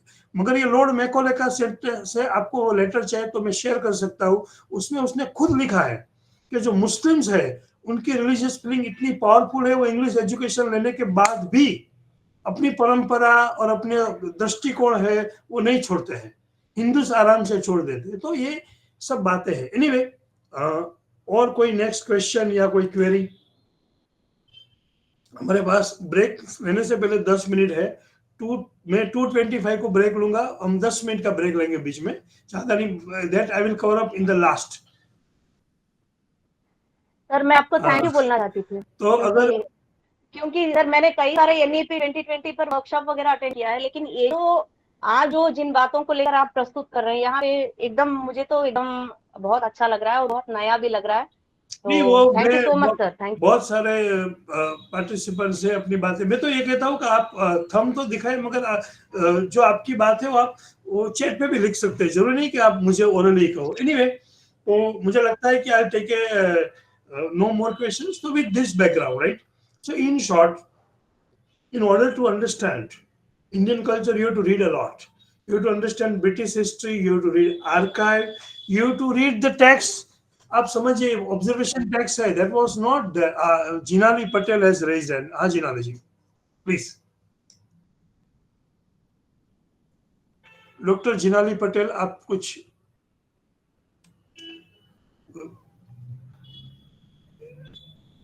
नहीं है? Jinali, doctor Jinali Patel, okay, no problem. So in short, you have to read a lot and then you can relate in your subject. So with this background, right, I was talking about Bharatiya Gnan Parampara, because what is Bharatiya Gnan Parampara and how it is different from British education system, right? And why British has and mind well, मैं आज भी ये नहीं कह रहा हूं कि हमें गुरुकुल शुरू करने चाहिए, हमें झाड़ के नीचे पढ़ना चाहिए, हमें घोड़े सवारी करना चाहिए। नो, मैं ये नहीं कहता हूं। आई अंडरस्टैंड कि we live in a different century, in a digital world. Anyway में भी ऐसा नहीं है। What we are focusing is that to carry forward the tattva, the principles, fundamental principles. I do understand that we need computer, we need English. Nowhere, that's why I told you, if you go to NEP, there is a lot of focus on ICAS, there is a lot of focus on computer literacy, right? ऐसा नहीं है कि it's not only about, civilization. It's not like that. Read NEP. What NEP propose that we can become a Vishwaguru or Viksit Bharat in 2047 if we bring fundamental changes in education. Britishers have proved we had no problem, we had a rich heritage, we had a very good social structure, India was rich, सोने की चिड़िया कहा जाता था। और आप क्या ऐसा मानते हो कि ब्रिटिशर्स, कोलंबस और ये सब मूर्ख थे कि 14वीं सदी में, 15वीं सदी में भारत को ढूंढते ढूंढते आ गए? What is red Indian? वो ढूंढा, रेड इंडियन कुछ नहीं, वो ढूंढ रहा था इंडियन और मिल गए रेड पीपल, उससे कहा था red Indian. Try to understand. और एक बात और, even the route to India was, he was forgotten, right? और डिस्कवर क्या है, इंडिया तो पहले से ही था। सो पॉइंट इज दैट वो new sea route, I don't understand. 15th century, 14th century, आप इतिहास में ये पढ़ा रहे हो कि नए जल मार्ग का क्या, Hindi is not golden, new sea routes were discovered and invented. What new? 5000 years ago. आप आज जो you visit Lakpat, right? Lakpat. We have a port. We had sea routes. We had business with Africa. We had business with most of the country of Persian. And Saraswati River is not a story. It is a fact. आज ही आप लखपत जाइए, कच्छ में है, उसकी दीवारें आज भी टूटी हुई है, उसके ऊपर बैठिए, आपको व्हाइट डेजर्ट दिखेगा, आपको फील होगा कि यहाँ से सरस्वती नदी और सी रूट था। लखपत के अंदर गांव में आइए, आपको पता चलेगा कि आज की तारीख में भी कि भाई यहाँ से शिप जाती होगी। Go to Mandvi, right, still people make ship out of wood even today. Point is that 5000 साल पहले, 6000 साल पहले हम तो बिजनेस करते थे, सी रूट सी था, रोड तो थे ही नहीं। फिर भी हम क्या पढ़ाते हैं कि पहली बार 15वीं सदी में नए नए सी रूट हुए। हम क्यों नहीं पढ़ाते हैं कि भारत का एक बहुत अच्छा इतिहास था, भारत डेवलप कंट्री था, और ये क्यों गिरा ये भी समझाना है। हम ऐसा क्यों नहीं कहते हैं कि 8th सेंचुरी के बाद, 9th सेंचुरी के बाद ये सब कोलैप्स हुआ? क्यों कोलैप्स हुआ? People from other community, people from other countries, they started attacking us, attacking our culture. तब तक सीधा मेरी अभी कहीं डिस्कशन हो रही थी, don't take it personal. If there are some participants, right, कि भारत में ये जो सती प्रथा है, राइट, तो मैं कहीं आर्टिकल पढ़, किसी पीएचडी का वाइवा था कि सती प्रथा, और दूसरा है कि हिंदी गुजराती में होगा बालकी को दूध पीती करना, मतलब जो डॉटर का जन्म होता है तो उसको दूध में बहा के, मतलब दो तरीके हैं, राइट, और एक है वूम में भ्रूण हत्या, ठीक है। चलो, तीन तरीके हैं जिसमें कहीं ना कहीं स्त्री का सम्मान नहीं हो रहा है। एक है सती प्रथा, जिसमें मतलब हमारा एज पर अवर नॉलेज कि हस्बैंड के डेथ के बाद वो अग्नि संस्कार कर लेती थी। दूसरा है भ्रूण हत्या, जिसमें आपको पता चलता है कि भाई आपके गर्भ में लड़की है तो उसकी हत्या होती है। और तीसरा, जब ये भ्रूण डायग्नाइज नहीं होता था तब बालकी को दूध पीती करना, मतलब पर्टिकुलरली राजस्थान वगैरह में कि भाई लड़की का जन्म होता है, राजा महाराजा भी होते थे। अब चलो, ये आपने सिखाया, आपने ये सिखाया, राजा राम मोहन राय ने दूर किया, ब्रिटिशर्स ने अच्छा किया कि बंद करवाया, हैप्पी इट। मगर ये क्यों आया? भारत में ये नहीं था। हम आज, आप मुझे एक टेक्स्ट बुक बताइए 9th सेंचुरी पहले की, कि जिसमें ये बदी और ये जो वाइसेस ऑफ द सोसाइटी है उसके बारे में रेफरेंस हो। चलो, आप रामायण महाभारत और उपनिषद को नहीं मानते, वेद को नहीं मानते, छोड़ो, बुद्ध को मानते हैं, महावीर को मानते हैं, तो उनके डायलॉग में भी इसके बारे में कोई जिक्र ही नहीं है। क्यों जिक्र नहीं है? अगर बुद्ध तो इतने बड़े नॉलेजेबल पर्सन थे, अगर सोसाइटी में इस प्रकार की एक्टिविटीज होती, if such voyages existed at that time, he would have talked about it. And literature and society are reflection of each other. So if such vices were there even 5,000 years ago, 4,000 years ago, show me one proof. I can give you many articles and I can tell you that such practices were not there in pre-Vedic period. It started only after 8th century. मगर हम हमारे बच्चों को और हमारे students को ये नहीं बताते हैं। All the vices started from 9th century because of the first inventions of Muslims. पहला अटैक 9th-10th century, बाद में 11th-12th, and then political and society was in such a state, then India was attacked by different communities, different country. That position of woman was not safe. Otherwise you tell me कि अगर राजस्थान का कोई राजा महाराजा है जिसके पास बहुत सारी दौलत है, 100 गुलाम है, 8-10 वाइफ होगी, सबको खाना खिला रहा है, तो वो अपनी बच्ची का जन्म होते ही दूध में क्यों बहा देगा, क्यों मार देगा अपनी लड़की को? Why? It is because of the honor, pride. He knew it that my daughter is not safe in this country when she will become a lady or a girl. Try to understand. We don't teach the psychology. We don't teach how, in which political condition, in which social condition, the sati pratha or all the vices, injustice to women came to it. Vedic में तो ऐसा नहीं था. We had Swayamvar. What is Swayamvar? The women were given freedom even to choose their husband, right? And they were respected. We have a concept of Ardhanarishwar. Our God is also Ardhanarishwar, Nar and Nari. So, in the entire scripture, in Upanishad, in Vedic tradition, women are respected. हमारी तो सरस्वती भी women है, लक्ष्मी भी women है, और Mahakali power भी उसके पास है, विद्या भी उसके पास है, धन भी है. हम ये नहीं सिखाते हैं. हम ये सिखाते हैं. और जब दुख ये होता है कि जब ऐसा होता है कि भारत में ऐसी बदियां थी, भारत में नहीं थी, इंडिया में थी, वो भी 9th सेंचुरी के बाद आनी पड़ी. क्यों आनी पड़ी उसके बारे में डिबेट हो सकती है. You may not agree to my opinion, but yes, I have read so much on it, and most of the articles believe that it is because of a particular attack of a particular community that Hindu women were not safe, and that's why all these vices appeared. Then Britishers came. Britishers भी कुछ कम नहीं थे. They did the same thing which Mughals did, right? But point is that कि whatever has happened. We cannot change the history, but we must understand the history in the proper context. Anyway, so this guideline is also very crucial. If you read this, it will give you an idea, right? That where you can do research, how can you correlate your discipline. Like for example, as I told you, that recently I got a research project on influence of Upanishad on Western literary discourse, because I thought I'm a professor of English, right? And if I want to do a research in my area, which is best? So I thought that for me the best thing is that literature. Then I thought more and more what can be done, and then ultimately I realized that this is a good idea. So point is that if you read more, it's quite possible that you can relate your subject. For example,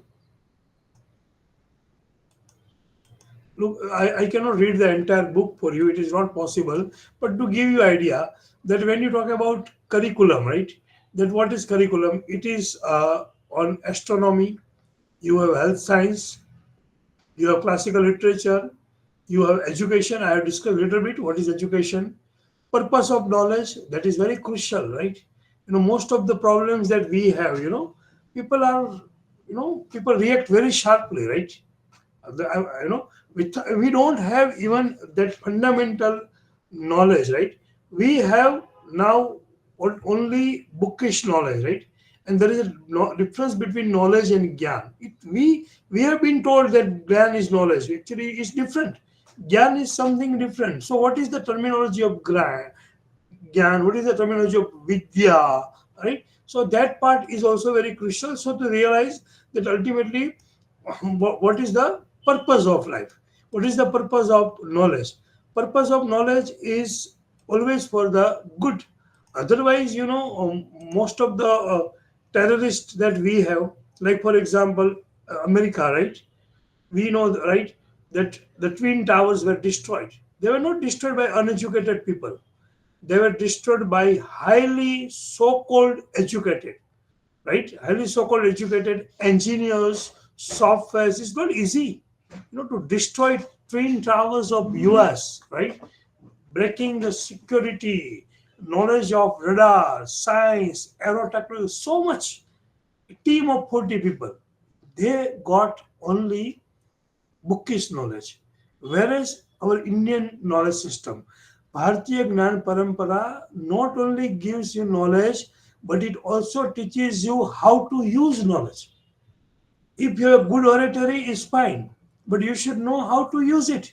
Most of the problems that we have in this world, if you may agree or you may not, but if we really implement, and if all the citizens of the globe understand the essence of Bharatiya Gyan Parampara, that what is Bharatiya Gyan Parampara? We are not just talking. It is a fact, right?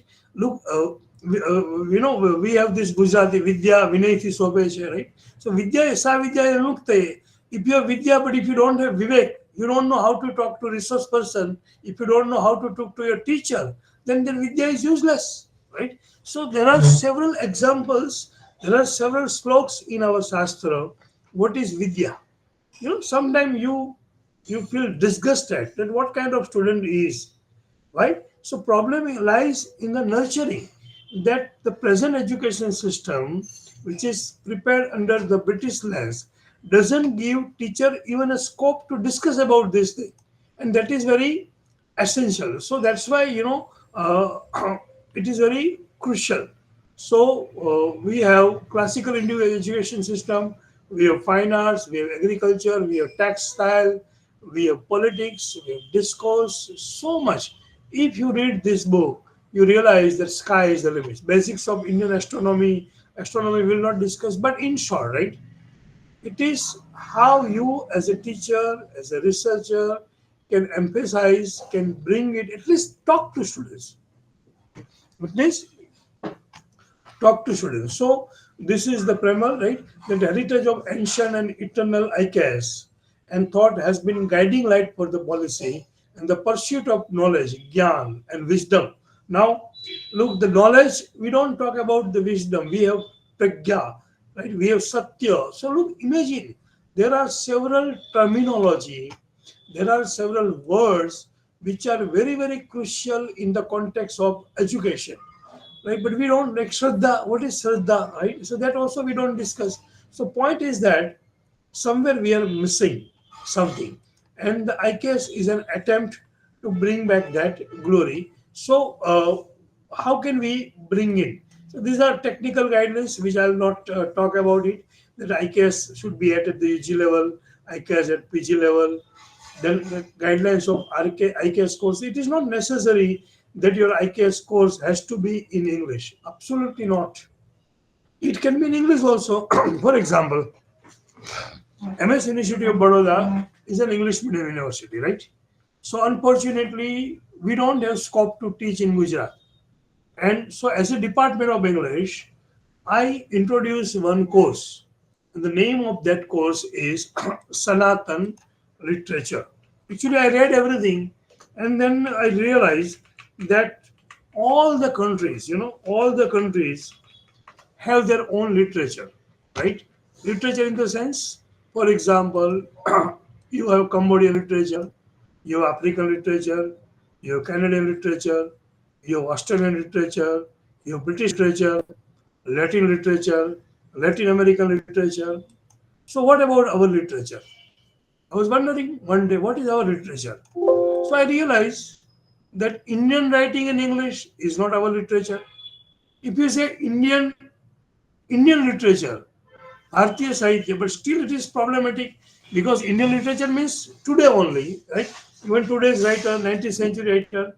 So I thought that our entire tradition is based on Sanatan literature, right? Sanatan, right? So Upanishad, Ved, Puran, Ramayana, and Mahabharata. So I thought, and then I searched. You will be shocked, being Hindu, that there is not a single university in India, though we are celebrating Azadi Ka Amrit Mahotsav, where any university, any department has used the word Sanatan literature in the name of the paper or course. So I thought I will introduce an introduction to Sanatan literature paper. Problem is not what I teach. I'm not saying that Upanishad was not taught, but people were so afraid that they will use the word Vedic literature, classical literature, Indian classical literature, right? Scripture. Point is that nobody, even best universities, right? Nobody used the term. Why nobody used the term? Because it was not easy to use the word Sanatan literature in a paper. Plus, even today, many people argue that there is nothing like Sanatan literature. It is Indian classical literature. So look at the terminology. When you say Indian classical literature, my point was that when the word India itself is 2000, 3000 year old, literature which I talk about, suppose you say American literature, so American literature will come to your mind. If you close your eyes and if you think Indian classical literature, then even Bhartrihari will come, Kalidas will be there in your mind. So I thought, let me introduce this paper, and you will not believe, when I introduced that paper, I got a phone call from press, print, Times of India, Indian Express, everywhere. And you won't believe, all over India, it went on discussion. Imagine the reaction.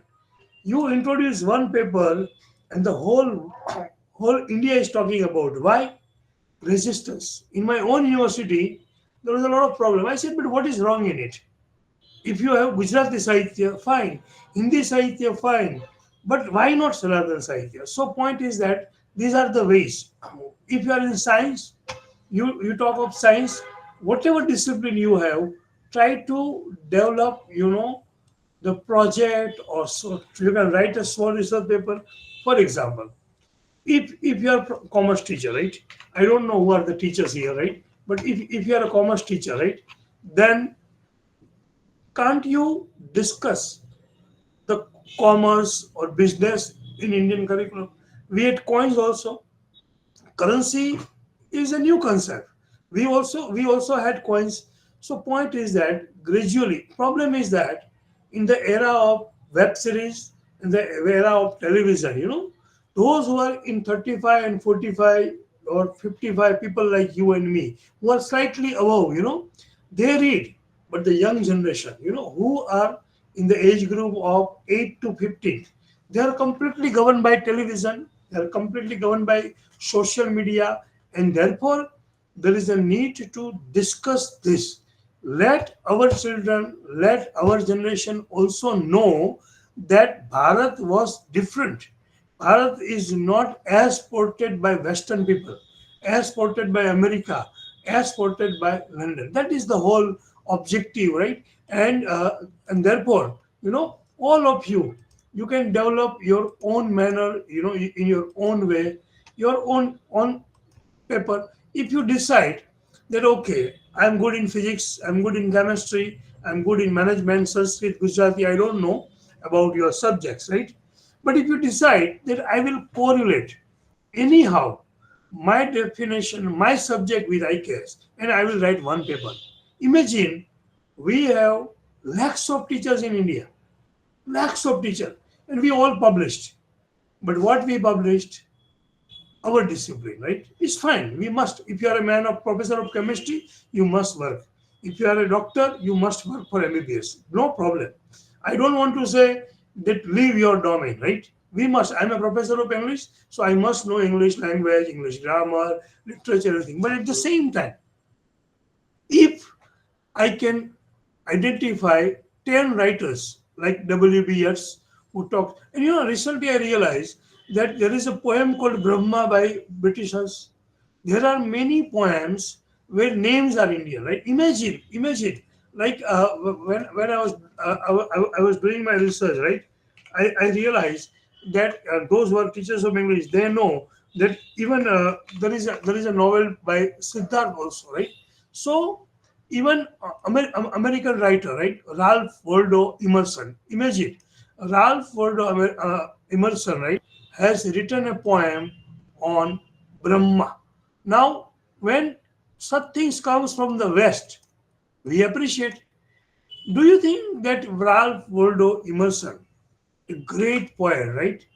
He would have just written a poem on Brahma. Is it possible? No. When he read, he realized, I'm sharing the poem also with you. He realized that the essence of life is in the Brahm only. So this is not one example.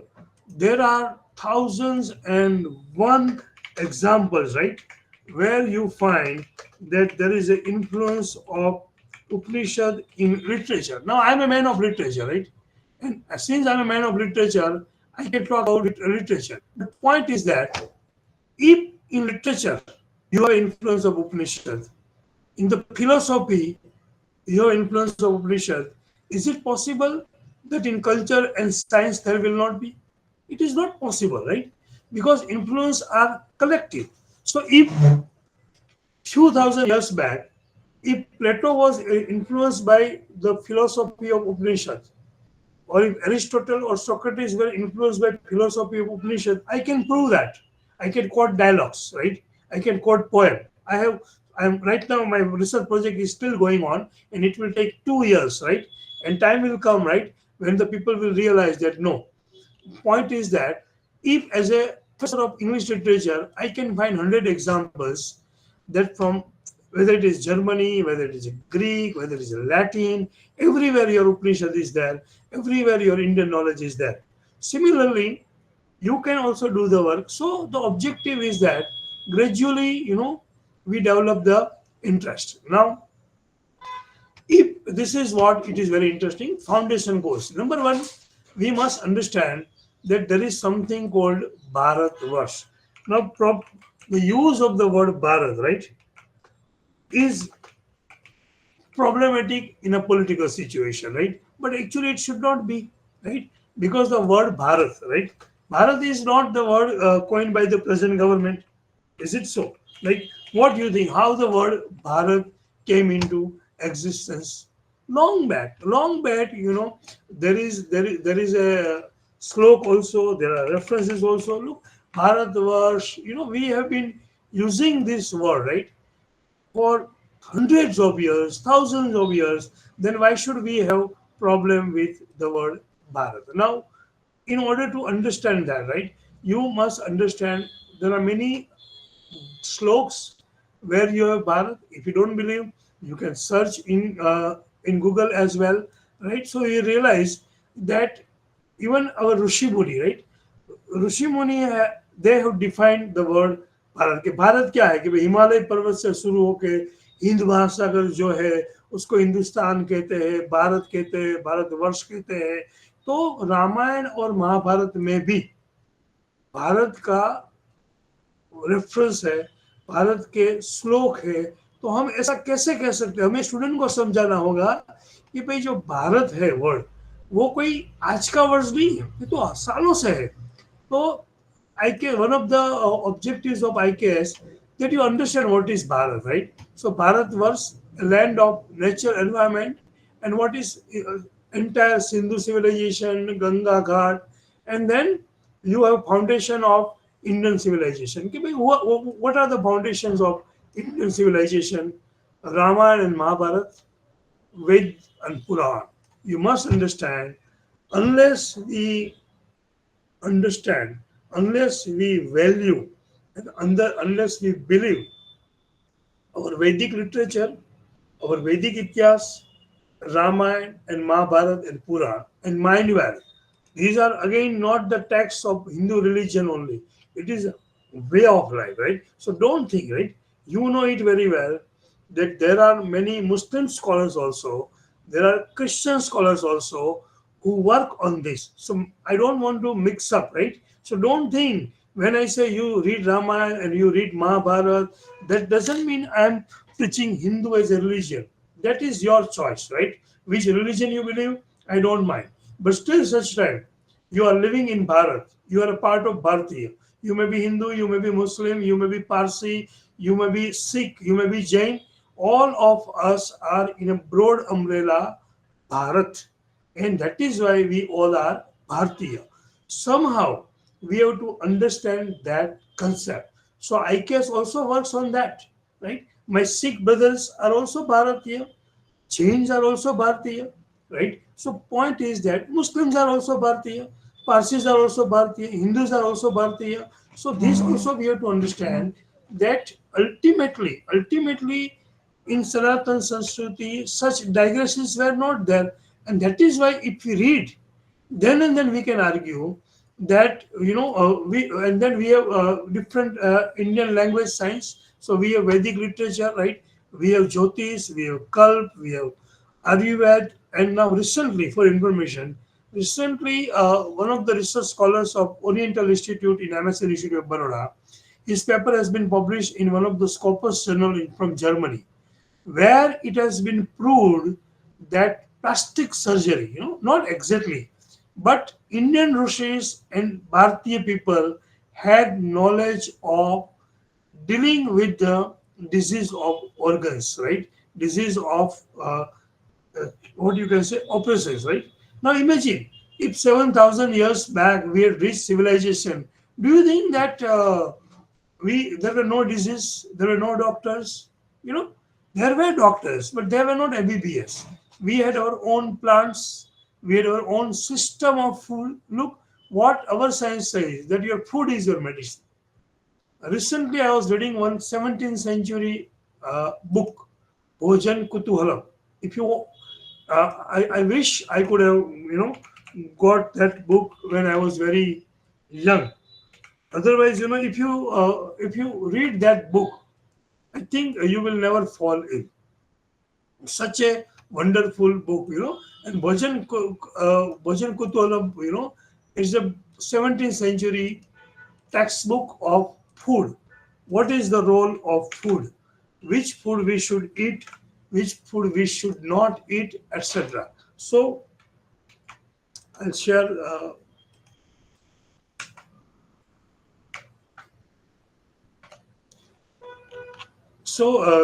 You search in Google Bhojan Kutualam and you realize that Bhojan Kutualam is wonderful. So there are many treasures in world, but we don't believe it. What we believe is West. For example, any doctor, who will have a dietitian course from West and he says, I'm a dietitian, we are very happy. Our books is ahar. Ahar is Ayurveda, right? Ahar itself is medicine. So try to understand in this book, Everything is written: what to eat, what not to eat, which food should be eaten together, not together.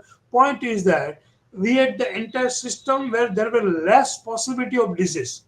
Look what Western says, they cure the disease.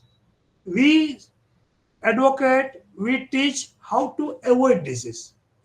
We start taking medicine after diabetes or after blood pressure.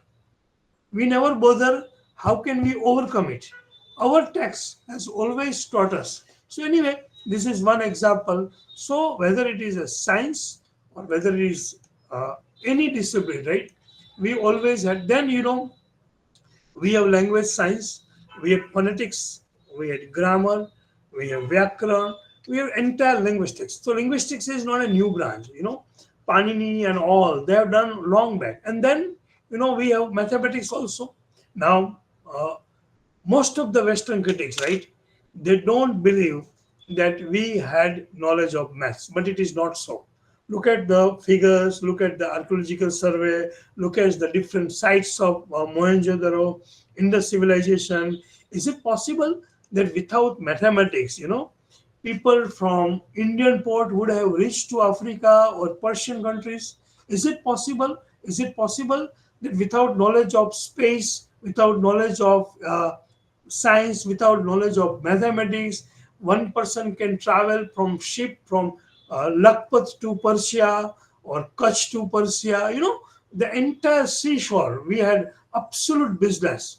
And for information, right? Or Susut, right? For information that unfortunately, right? We never talk about the Silk Road, right? And then you may say that, sir, what is Silk Road? Honestly speaking, I don't know if you have read, right?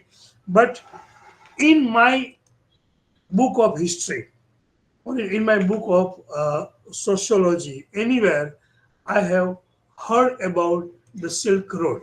When I read, not only on Wikipedia, I'm just sharing the link of Wikipedia for your immediate reference, you realize that Silk Road is a road, where there was a business, from entire world, from east to west. You can see, let me share with you 1 minute.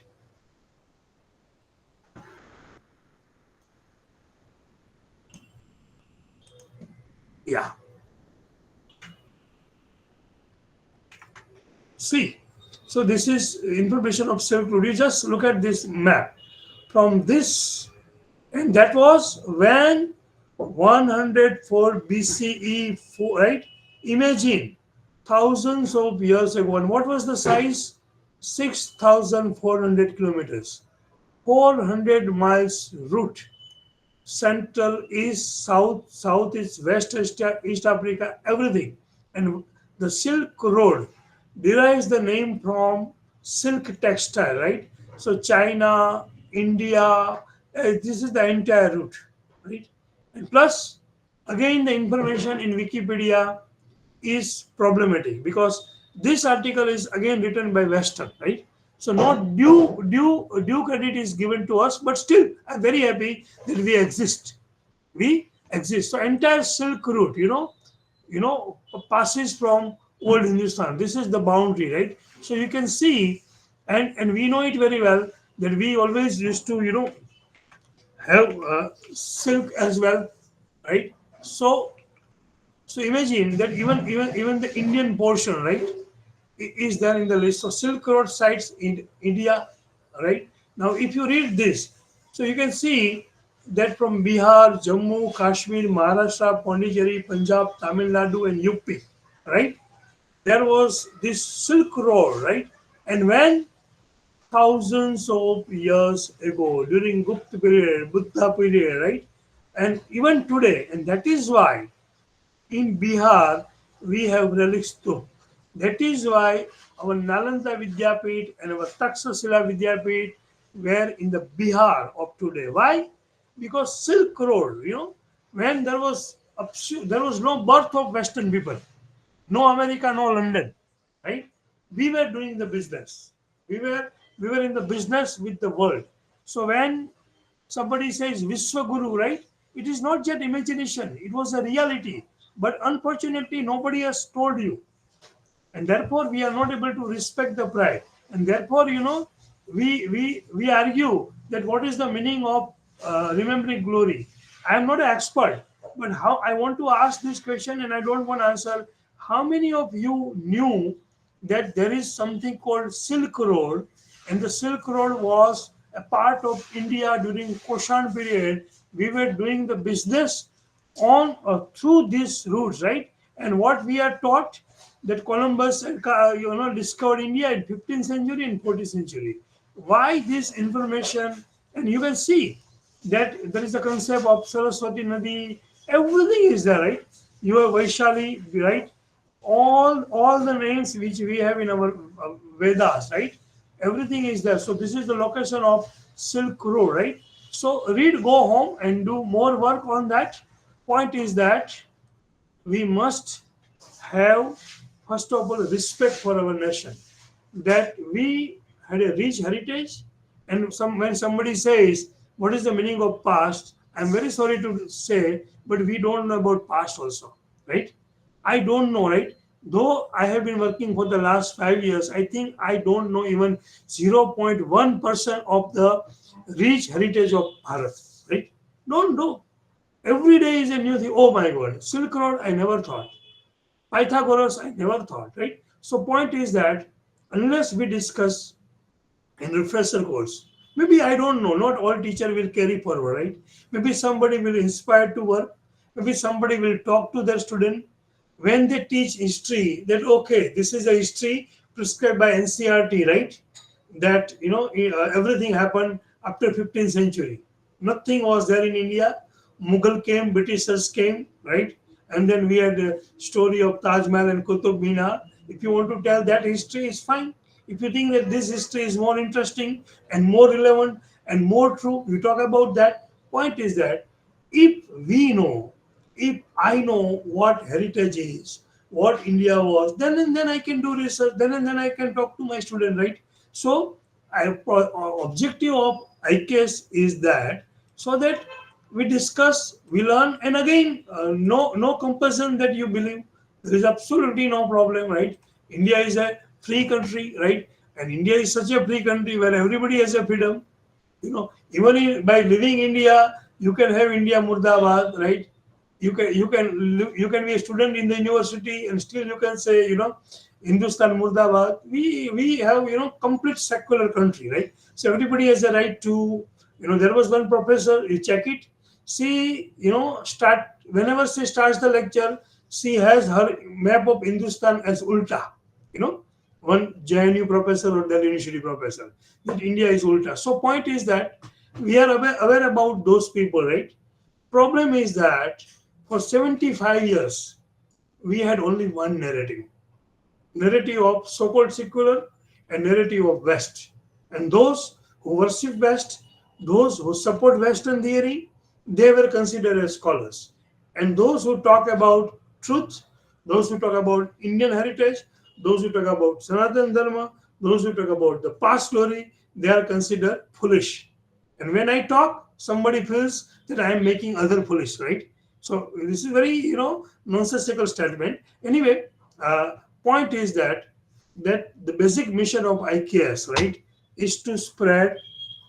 I am very happy, Ravindraji, that yes, Silk Road is the route of prosperity and action. I am very happy. Look, but this is my belief, and I am very honest to you. I came to know about Silk Route only 6 years back, right? So if you don't know, and if you're known at this age, it's fine. Point is that there are many missing histories. There are many missing histories, and there is nothing wrong to learn at a new stage. And nobody should. I am a professor of English, right? I never thought that I'll be interested in archaeology or history or IKS, but it is my love for the subject, right? Point is that one can learn at any point of time. There is no bar on it. So when we're talking about IKS, again, let's start from where we stopped. So we have then Indian astronomy. Then we have now when we talk about astronomy, again, ancient records of the observation of the motion in Vedic of sun, moon, nakshatra, graha, what we say, our chogadiya. Don't you think that everything that is from West, right? but it is our own knowledge. And don't forget that they have taken away all the manuscripts. Our Vidyapits were burned for years, right? So it's not like that we never had university. We talk about, you know, Taxashila Vidyapit, Nalanda Vidyapit, you see, you search nowadays thanks to internet. Earlier the problem was that you used to believe in the teachers. There was no source, right? But now we have a source. Believe, check on yourself whether Taxashila was there or not. And if Taxashila was there, who burnt it? Why burnt it? And how many days it took for Taxashila and Nalanda? How many books were there? How many libraries were there? Lakhs of manuscripts. How many? Lakhs of manuscripts in Taxashila and Nalanda were burnt, completely destroyed. Lakhs of teachers, they were butchered. So it is a systematic attack on our culture, and therefore, it is our duty, right, to at least talk about it, and if not, at least to to tell our new generation, right, that India is different. We had a Taxashila Vidyapit, we had, and for information, the Taxashila now has been designated as a World Heritage by UNESCO. So it is not my own interpretation, right? The Taxashila was that. Now imagine the moment historically, socially, archaeologically, it is proved that Taxashila was a university. And when was it? It was 7th century BCE, even before the birth of Jesus Christ. Today is 21st December, right? We are celebrating Christmas. Good, happy, right? We must celebrate all religion. I don't mind. But you should know that in the 7th century BC, 700 years before the birth of Christ, we had Taxashila Vidyapit. And that Taxashila Vidyapit, right, was one of the best knowledge center of the world, right? Today, it is in the Rawalpindi of Pakistan, right? You can say. And the site of Taxashila, right, is one of the ancient sites, one of the ancient university, and we know it very well that at that time, Taxashila, Valbi Vidyapit, we were the knowledge center. People from all over the world, used to come to India to study. As you know, today we go to Canada, Australia. So, but and don't say it is a past. Who destroyed the past? That is the question. Why the past was destroyed? That is the question. You can see that old Taxashila was once upon a time the ancient capital of Gandharva. Now, this is very interesting. West people will not believe in Ramayana. Who is Gandhar Naresh? West people do not believe Ramayana and Mahabharata. But those we have heard the word Gandhar Naresh. Who is Gandhar Naresh? Anybody would answer? Shakuni. Shakuni, very good.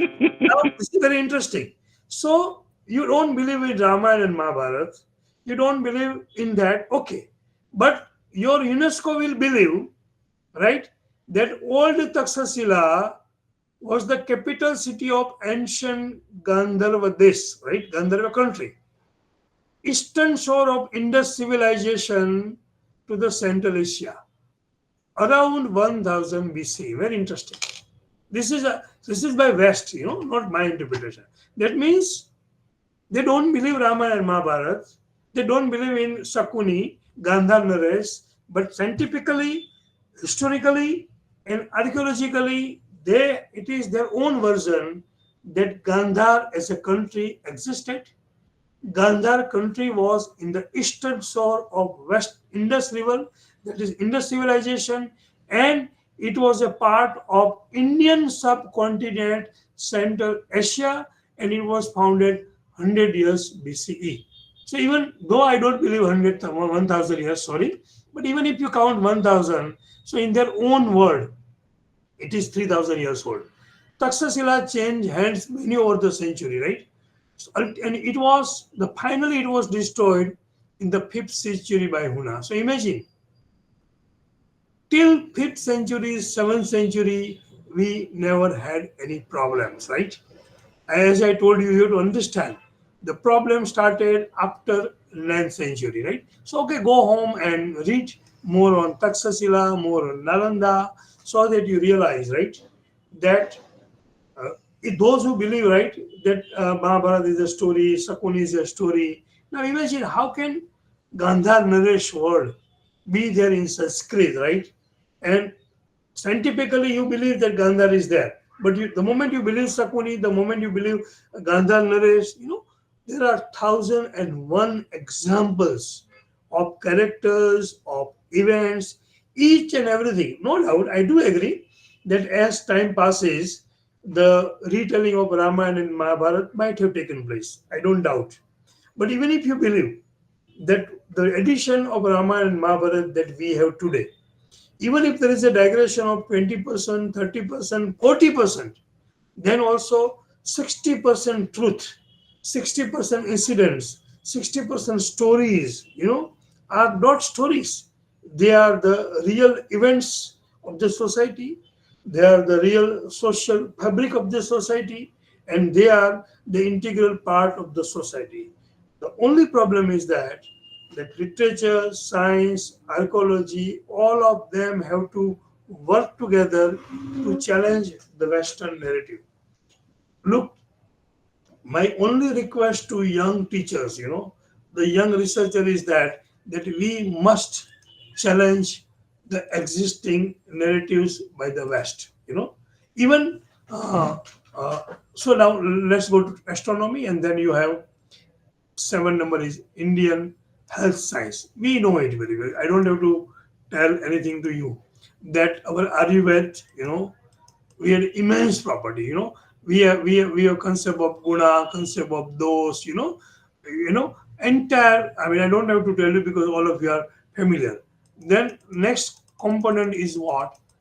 Classical literature in Sanskrit and Indian languages. That's why I told you in my beginning of my lecture, that I don't have problem with romantic poetry. Good. Wordsworth, Shelley, Keats, Byron, they have written a wonderful poem. But why can't we acknowledge, why can't we appreciate that the tradition of writing poetry, the tradition of literature is very old and it's not European. It's not Aristotle. It's not Aristotle who has given the concept of tragedy. You know, long back, I think long back we have one tragedy called Urubhang by Bhas in Sanskrit, right? So imagine thousands of years ago we had a tragedy, full-fledged tragedy by Bhas. So how can you say Aristotle? Anyway, I think there are two participants, Hitesh and somebody who has raised their Jinali. Do you have any question, please, Jinali? Or it is a by mistake? Sir, I'm Nilesh Upadhyay. Yeah, please. In addition to in context of your speech, I want to add something. Please. In ancient time, I have some another source. In Chikitsa Shastra means medical science. We Yeah. have also a write up about plastic surgery of nose. Yeah. I have also the main reference, Susrut Sanhita, Sutra Sthanam, 16, 27, and 28, Wonderful. before Isvisan 500. Hmm. And they're described as नाक के आधार का एक वृक्ष का पत्ता माथे पर रखे Hmm. और गाल से उस पत्ते के आकार का मांस काट ले, पत्ते पर नाक की आकृति अंकित करे, उस पर त्वचा को अविलंब ही नाक से सीन पर उचित बंधन पट्टी से जोड़ दे. Hmm. तो अभी हम लोग जो कर रहे हैं वो ऑपरेशंस जो बहुत पहले सुश्रुत ने भी अपनी सुश्रुत संहिता में ये लिखा है. This is from my edition sir. Thank you. Yeah, no, you are right. You are right. I'm very happy. I appreciate that at least you took care to read and to share your experience. Look, problem is that Neeraj bhai, that whenever we talk about medical science, people laugh. Forget about the Western people. You feel pain when our own people, our own Bharatiya, they say it is all humbug stories. There was nothing like that. Why? Because their mind is tailored like that way. It's completely Western in thought. And what Lord Macaulay said, that when we introduce English education, we will have Indian people, but in their blood, in their culture, there will be British English. So point is that unfortunately, we have a mass of people in India who are Indian, Bharatiya, only on paper, but their thinking pattern, their strategy, their mind, everything is still Western. So Britishers have left, they have left. But unfortunately, the legacy of Britishers, the legacy of the past is still continue, right? I'm a professor of English. In spite of that, I have written letter to even UPSC that please discontinue this method of general English paper. I don't understand. Look, when UPSC means Indian Assembly Service, right? When Britishers decided to recruit IS officer, right? At that time, Indian Civil Service, right? At that time, prelim exam was there and then main exam. I understand. And in the main exam, Britishers introduced one full-fledged paper of English. That means if you want to become IS, you must know English, English grammar, everything. They left. Unfortunately, we are not able to change even the structure of IS examination. Though we are, I don't understand why only English. Do you think that all the collectors have to speak in English only? They can be appointed anywhere, right? So why not Hindi, or why not give option? Point is that so you go to banking exam, one paper of English is compulsory. Why? These are all the examination methods introduced by Britishers. If you want to become bank officer, there should be a separate paper of English. Why?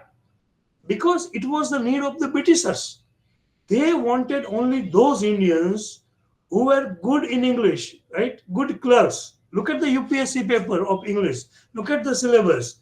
It doesn't give you space of critical thinking skill. Only stereotype English language, listening, speaking, reading, writing, Wren and Martin.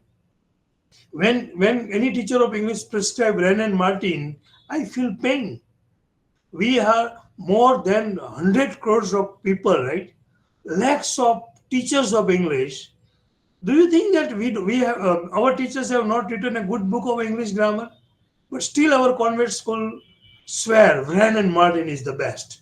David Green is the best. Why? It is from generation to generation. If, as a professor of English, if you ask me to judge Wren and Martin, I will give 5 points. Maybe Wren and Martin was crucial at that point of time, 100 years back. How can a textbook written 100 years ago can still be relevant in today's class? Is it possible? No. But this is again English legacy. English, Wren and Martin, David Green, and then we have interesting what you can say, the rhymes also. We know it very well that most of the English rhymes, which we have in the syllabus, they are very problematic.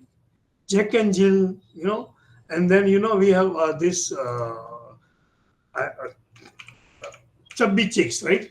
Now, if you look at the chubby chicks, right, nursery, what it says, chubby chicks, dimple chin, then rosy lips, rosy teeth within, curly hair, then what?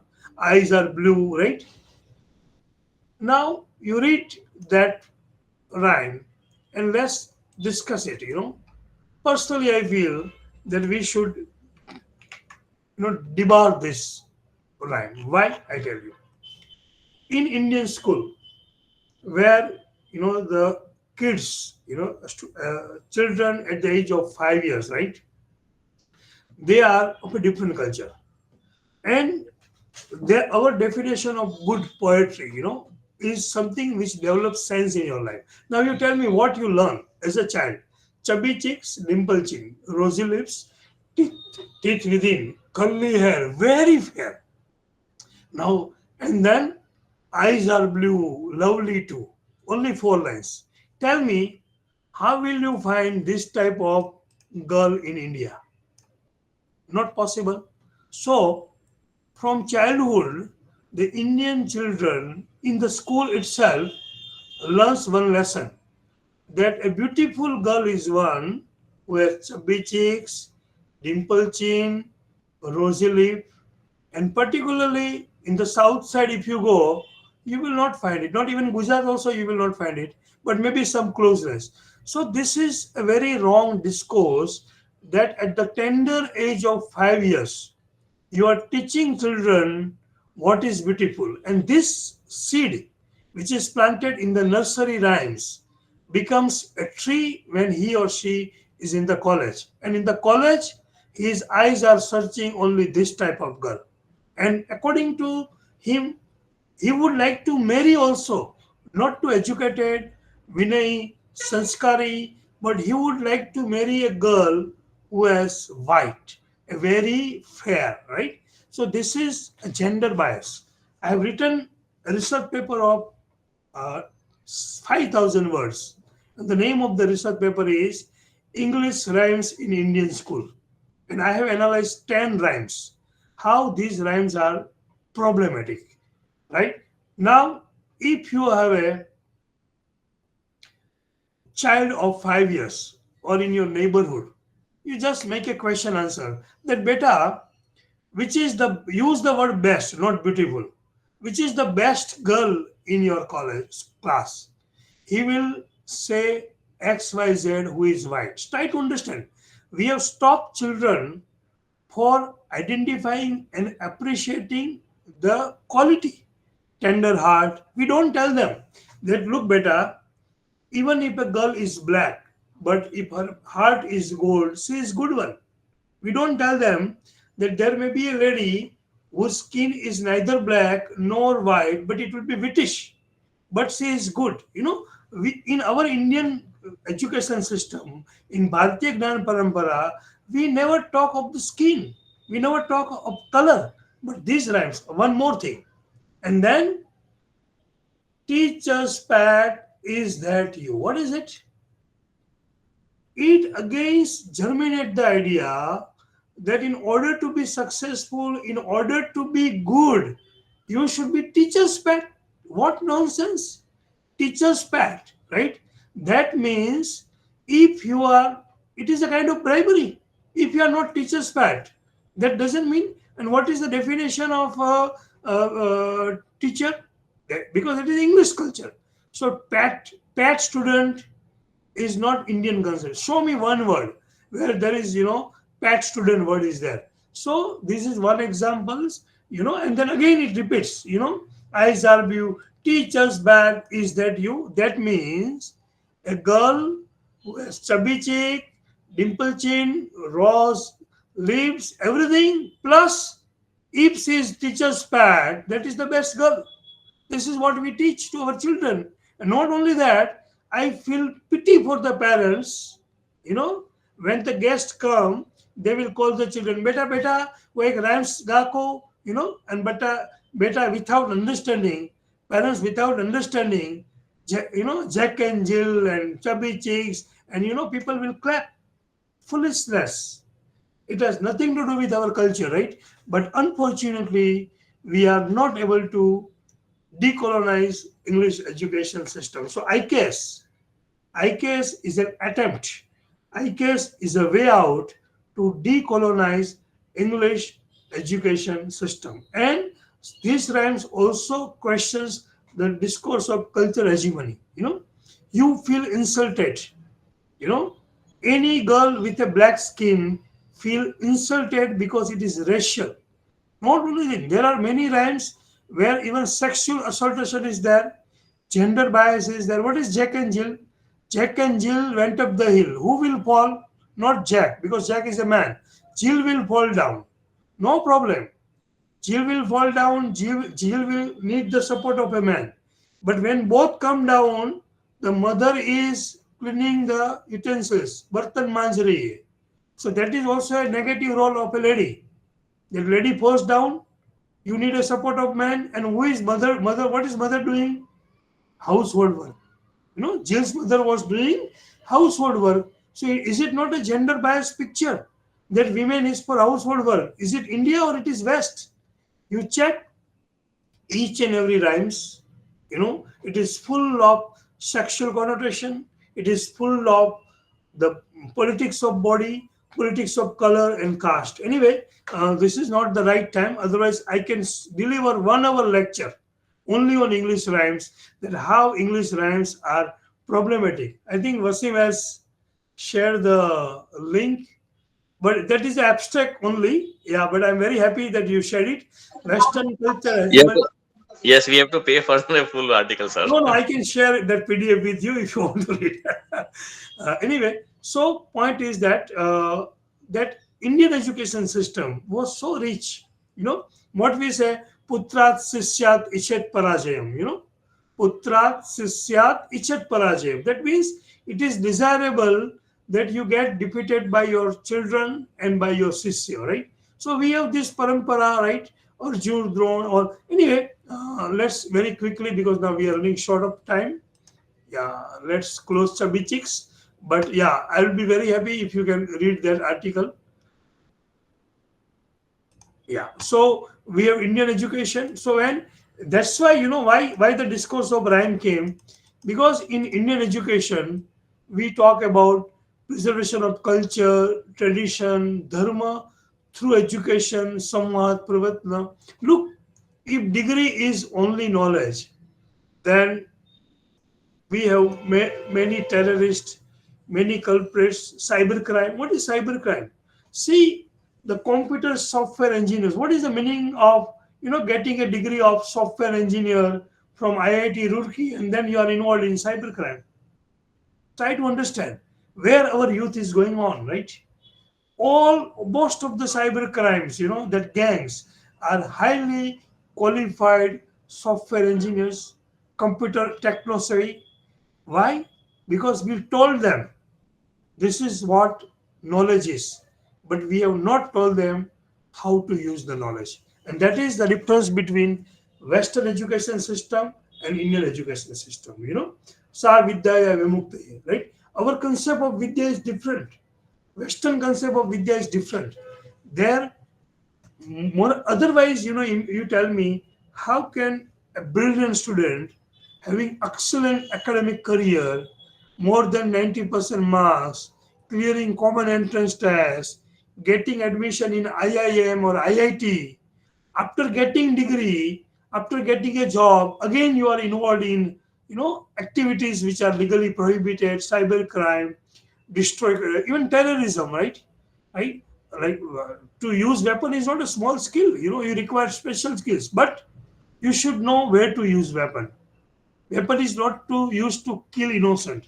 Weapon is used for protection. So point is that our education system, you know, was vidya and gnan both. You know. So anyway, so point is that somehow we have to bring in, you know, at least, again, as I told you earlier also, that I don't want to say that we have to start Gurukul now. Not possible, right?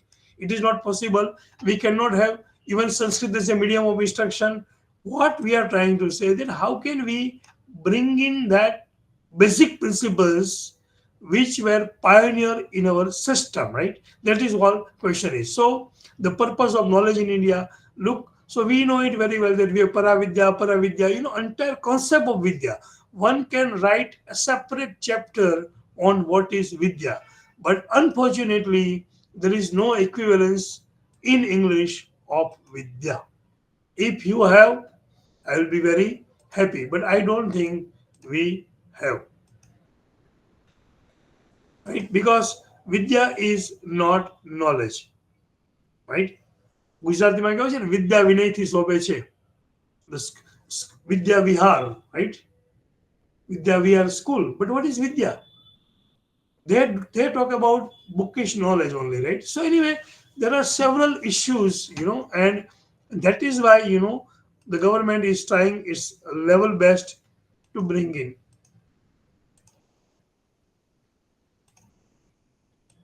One minute. Yeah. So methods of Indian knowledge system, we had parampara, etc., Indian architect, town planning, fine arts. We have fine arts, so the whole world knows it very well, that fine arts is as old as human civilization. In India, Natya Shastra, Indian music. Then we have Indian agriculture. I'll not talk about it now. This is very interesting. Indian textile. India as the ancient home of cotton, and silk fabrics, right? So imagine if silk fabric of India was known thousands of years ago, and we have Silk Road also. That means India has played a crucial role in the production of textile and silk, and our silk used to go all over the world through Silk Route 4,000 years back. We don't know, dates are debatable, but as of now, minimum 3,000 to 4,000 years back. So the then we have metallurgy, engineering, economy. We know it very well, right? We know about Chanakya. We know about metallurgy. We know about polity. Anyway, so this is what it is. Apart from that, this book will give you. These are just examples, right? This book will give you a detailed, what you can say, syllabus and knowledge of each subject, right? Each subject it will give you. So I think we have now few minutes left, and I don't want to end up the class, without samvad, because samvad is the key principles of Indian education system. So with this short lecture, I will conclude my speech, and then we will have a discussion of 20 minutes. Look, number one, let me conclude. First thing, don't believe others. When I say don't believe Western people, don't believe West, don't believe books. You read, analyze. If you are convinced, it's fine, otherwise not.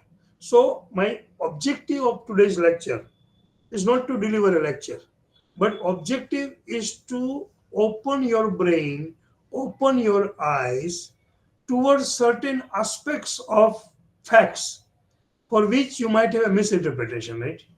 So particularly the history is very problematic. Personally, I feel, and I think all of us are sailing in the same tree, that our knowledge of history is very limited. Our knowledge of history, if you are not a student of history, student of history and professor of history may have a different version, but otherwise, if you are a student of arts, commerce, science, not history is a subject, unfortunately, our knowledge is limited only and only to textbook. And we know it very well. The textbook of NCRT, right, were not reliable. You tell me how can it is possible that not even one paragraph on Silk Road, at least at least one chapter, that okay, there thousands of years ago there was a Silk Road, right, and 5,000 years ago it was like this. So anyway, entire history, and mind well, you read on more. The theory of Aryan people is also misleading. There is no examples of people outside. Everything is created by the Western people to cater their needs, to prove to the world that Greeks were best, Latin were best, and we are inspired by Greek and Latin, and there was no relationship between Greek and Latin. Imagine if 4,000 years ago, if we were part of the Silk Road, who can say that Pythagoras was not influenced by us? They argue that there was no connection between Greek and India before Alexander came to Indus Valley. That is wrong. That is wrong, right? We people have traveled across the world even 5,000 years ago and even today also. You go to any country, you will find Indian. Show me one country which you find all over the world. So the Indian people, through genetically, we are spread across the world, and that's not a story. Why? Okay, you tell me why people of Poland are not in all over the world? Why people of London are not in all over the world? Right? Why only people of Hindustan origin? Right? You will find them everywhere in any country. That may be Parsi, that may be Muslim, that may be Hindu. When I say Sanatan or Hindu, that is a very broader area without geographical boundary that we have today. Myanmar, Afghanistan, Iran, Pakistan, everything was part of a great Hindu civilization, right? Whether you say Hindu civilization or Hindu civilization. I mean, people of this area have spread across the world, right? Even the language theory, that Sanskrit came later from Indo-European is also not reliable, because they are not in a condition. If Western people accept that Greek, look, now very interesting point. Those who are teachers of English, they have studied history of English language. And what history of English language says, that English language is influenced by Celtic, English language is influenced by Greek, English language is influenced by Latin. That means Britishers themselves have confessed that English language is influenced by Greek, Latin, Celtic. But they don't refer Sanskrit. Why? They don't agree that English, which came into existence in 15th century, right? For information, that when we say, Sanskrit or Queen's English, that means the birth of English as a language is only 600 years, not before that. English language was not there. Now there are many words, which are very similar to Sanskrit and English, right? Okay. Uh, uh, Hindi में word है ना भाई, गुजराती में भाई. What is the English of भाई? भाई English क्या होता है? Brother. Brother. Brother. Okay, now I speak brother. Look, you know that language changes through ages because of pitch and intonation, right? Okay, I speak the word brother. Brother. Look at the word batar. So batar means bhai. That is a Sanskrit word. Bhrata. You have read in Ramayana, oh, Bhrata, right? So Bhrata, right? So these are Sanskrit words. So if you pronounce the word Bhratar. So brother. Okay. English word ma, mother. Right? English word is mother. What is the Sanskrit word? Matru, matar. Now speak matar.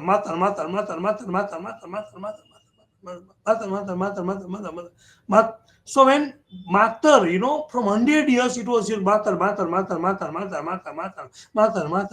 So matar became mother, right? Okay. Cow. The word cow is very problematic, but still I'm using it, right? So because I'm cow premi.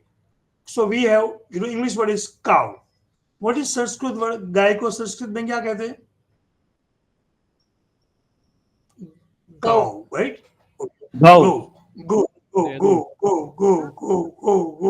Go becomes go. I can give you such 500 words, more than 500 words, right? Which are directly, now okay, it may be coincident in word, 2 words, 3 words, 5 words, 6 words, 500 words. You have more than 500 to 1000 words directly from Sanskrit to English. But history of English language says that English language is derived from Greek, Latin, Celtic. They don't mention Sanskrit. They are so allergic to Sanskrit that they don't want to say that yes, English language might have been influenced by Sanskrit. Even they don't want to use the might word. So this shows the problem that they are not honest. If language, right? Pitru to father, yes, Pitru, right? Pitru, right? So point is that there are many examples, right? Now if you do research, what I want you to understand is that Britishers are so cunning that they have never accepted, that Sanskrit might have influence on English. Because the problem is that the moment if they accept that Sanskrit has influence on English or Greek or Latin, that is why you read online, most of the research paper says there is no evidence that Pythagoras has ever visited India. But yes, they do believe that there are many evidence that Pythagoras has visited Persia. Now, if Pythagoras can visit Persia, why not India? Because between Persia and India, there was a sea route. Okay, one more thing. There are some scholars who believe that, okay, Pythagoras was in Persia. But many Brahmins, many Pandit, many scholars, they used to travel from India to Persia. So he might have met somebody in the Persia of Indian origin, and he might have got the knowledge of this mathematics, right? Look, scientifically it is proved that Pythagoras' theory of mathematics and ours are alike. But what Western people say, it is just a coincidence. Two civilizations thought together. They don't agree. So point is that this is the time to do this kind of research, archaeology, literature, philosophy. We have to come together. Look, scientists cannot find out which language of Plato and Aristotle is from Upanishad. It is the duty of language teacher. Then scientifically, a professor of mathematics will compare. But once geographically and socially, the connection between Greek, Latin, and challenging the theory to West, that Upanishads are very old, Ramayana and Mahabharata are very old, not as you say few thousand years ago, right? Because we only had one system of religious belief. Look, I am a very simple man. I ask only one question. Who were the gods of Indic civilization? If Indic civilization was there, you believe 6,000 years ago, right? 3,500 BC. So almost 5 to 6,000. Who were the god and goddesses? Which were the temples? Why even today in Greek, right? Iliad, Odyssey, you have only the monuments of god and goddesses. Even today, most of the rituals after the death in Greek civilization are like Hindu. 12वें की विधि करना, 13वें की विधि करना, अग्नि में जलाना, उसके आसपास फेरा करना, ये सब आप कोई भी ग्रीक सिविलाइजेशन की किताब उठाइए, या मैंने आपको कहा कि आप ट्रोय मूवी देखना, Troy movie is based on Greek civilization, तो आपको पता चलेगा कि भाई ये तो भाई अब तो ऐसा लग रहा है कि महाभारत देख रहे हैं, इलियड एंड ओडिसी। तो अगर this is very interesting, Plato Aristotle तो बहुत बाद में आते हैं, जैसे हमारा आधार है रामायण और महाभारत, ग्रीक सिविलाइजेशन का आधार है इलियड और ओडिसी, 2 महाकाव्य। पूरे विश्व के सबसे पुराने जो 4 महाकाव्य है, इलियड, ओडिसी, रामायण और महाभारत, उन सब का टाइम फ्रेमिंग एक आ रहा है, टाइम फ्रेमिंग एक है। और इलियड और ओडिसी में हिंदू परंपरा, हिंदू स्क्रिप्चर की बात है, हमारी जो प्रथा है वही इलियड ओडिसी में है। तो क्या हम इलियड ओडिसी से इंपैक्ट हुए थे या वो हुए थे? That can be debatable question, मगर उसमें वेस्टर्न डिस्कोर्स तो कहीं है ही नहीं। Britishers and Americans are nowhere before 5,000 years ago। तो ये जो बातें हैं, इसको अलग अलग में। और one more thing, as I told you that I am not saying कि you believe my words, this is my interpretation may be wrong, I am trying, right? I will write 2, 3, 5, 6 papers in my life, right? आप भी करो। बात ये है कि चलो who is right, who is wrong, वो अलग अलग बात है, मगर एटलीस्ट हम हमारी जो यंग जनरेशन है, हमारी जो धरोहर है, आने वाली जो जनरेशन है, उसके साथ हम बात तो करें, स्कूल में करें, कॉलेज में करें। तो ये लोग जो क्वेश्चन कहते हैं ना कि आईकेएस से क्या फायदा होगा, तो आईकेएस से कुछ फायदा होगा या नहीं होगा, डिस्कशन तो जरूर होगी। आधे लोग मानेंगे, आधे लोग नहीं मानेंगे, कोई बात नहीं, टाइम विल टेल अस क्या सही था, क्या गलत था, राइट? धीरे धीरे बातें बाहर आ रही है। Anyway, so with this talk, I'll take a pause. It was really pleasure talking to all of you, and I'm thankful to all of you.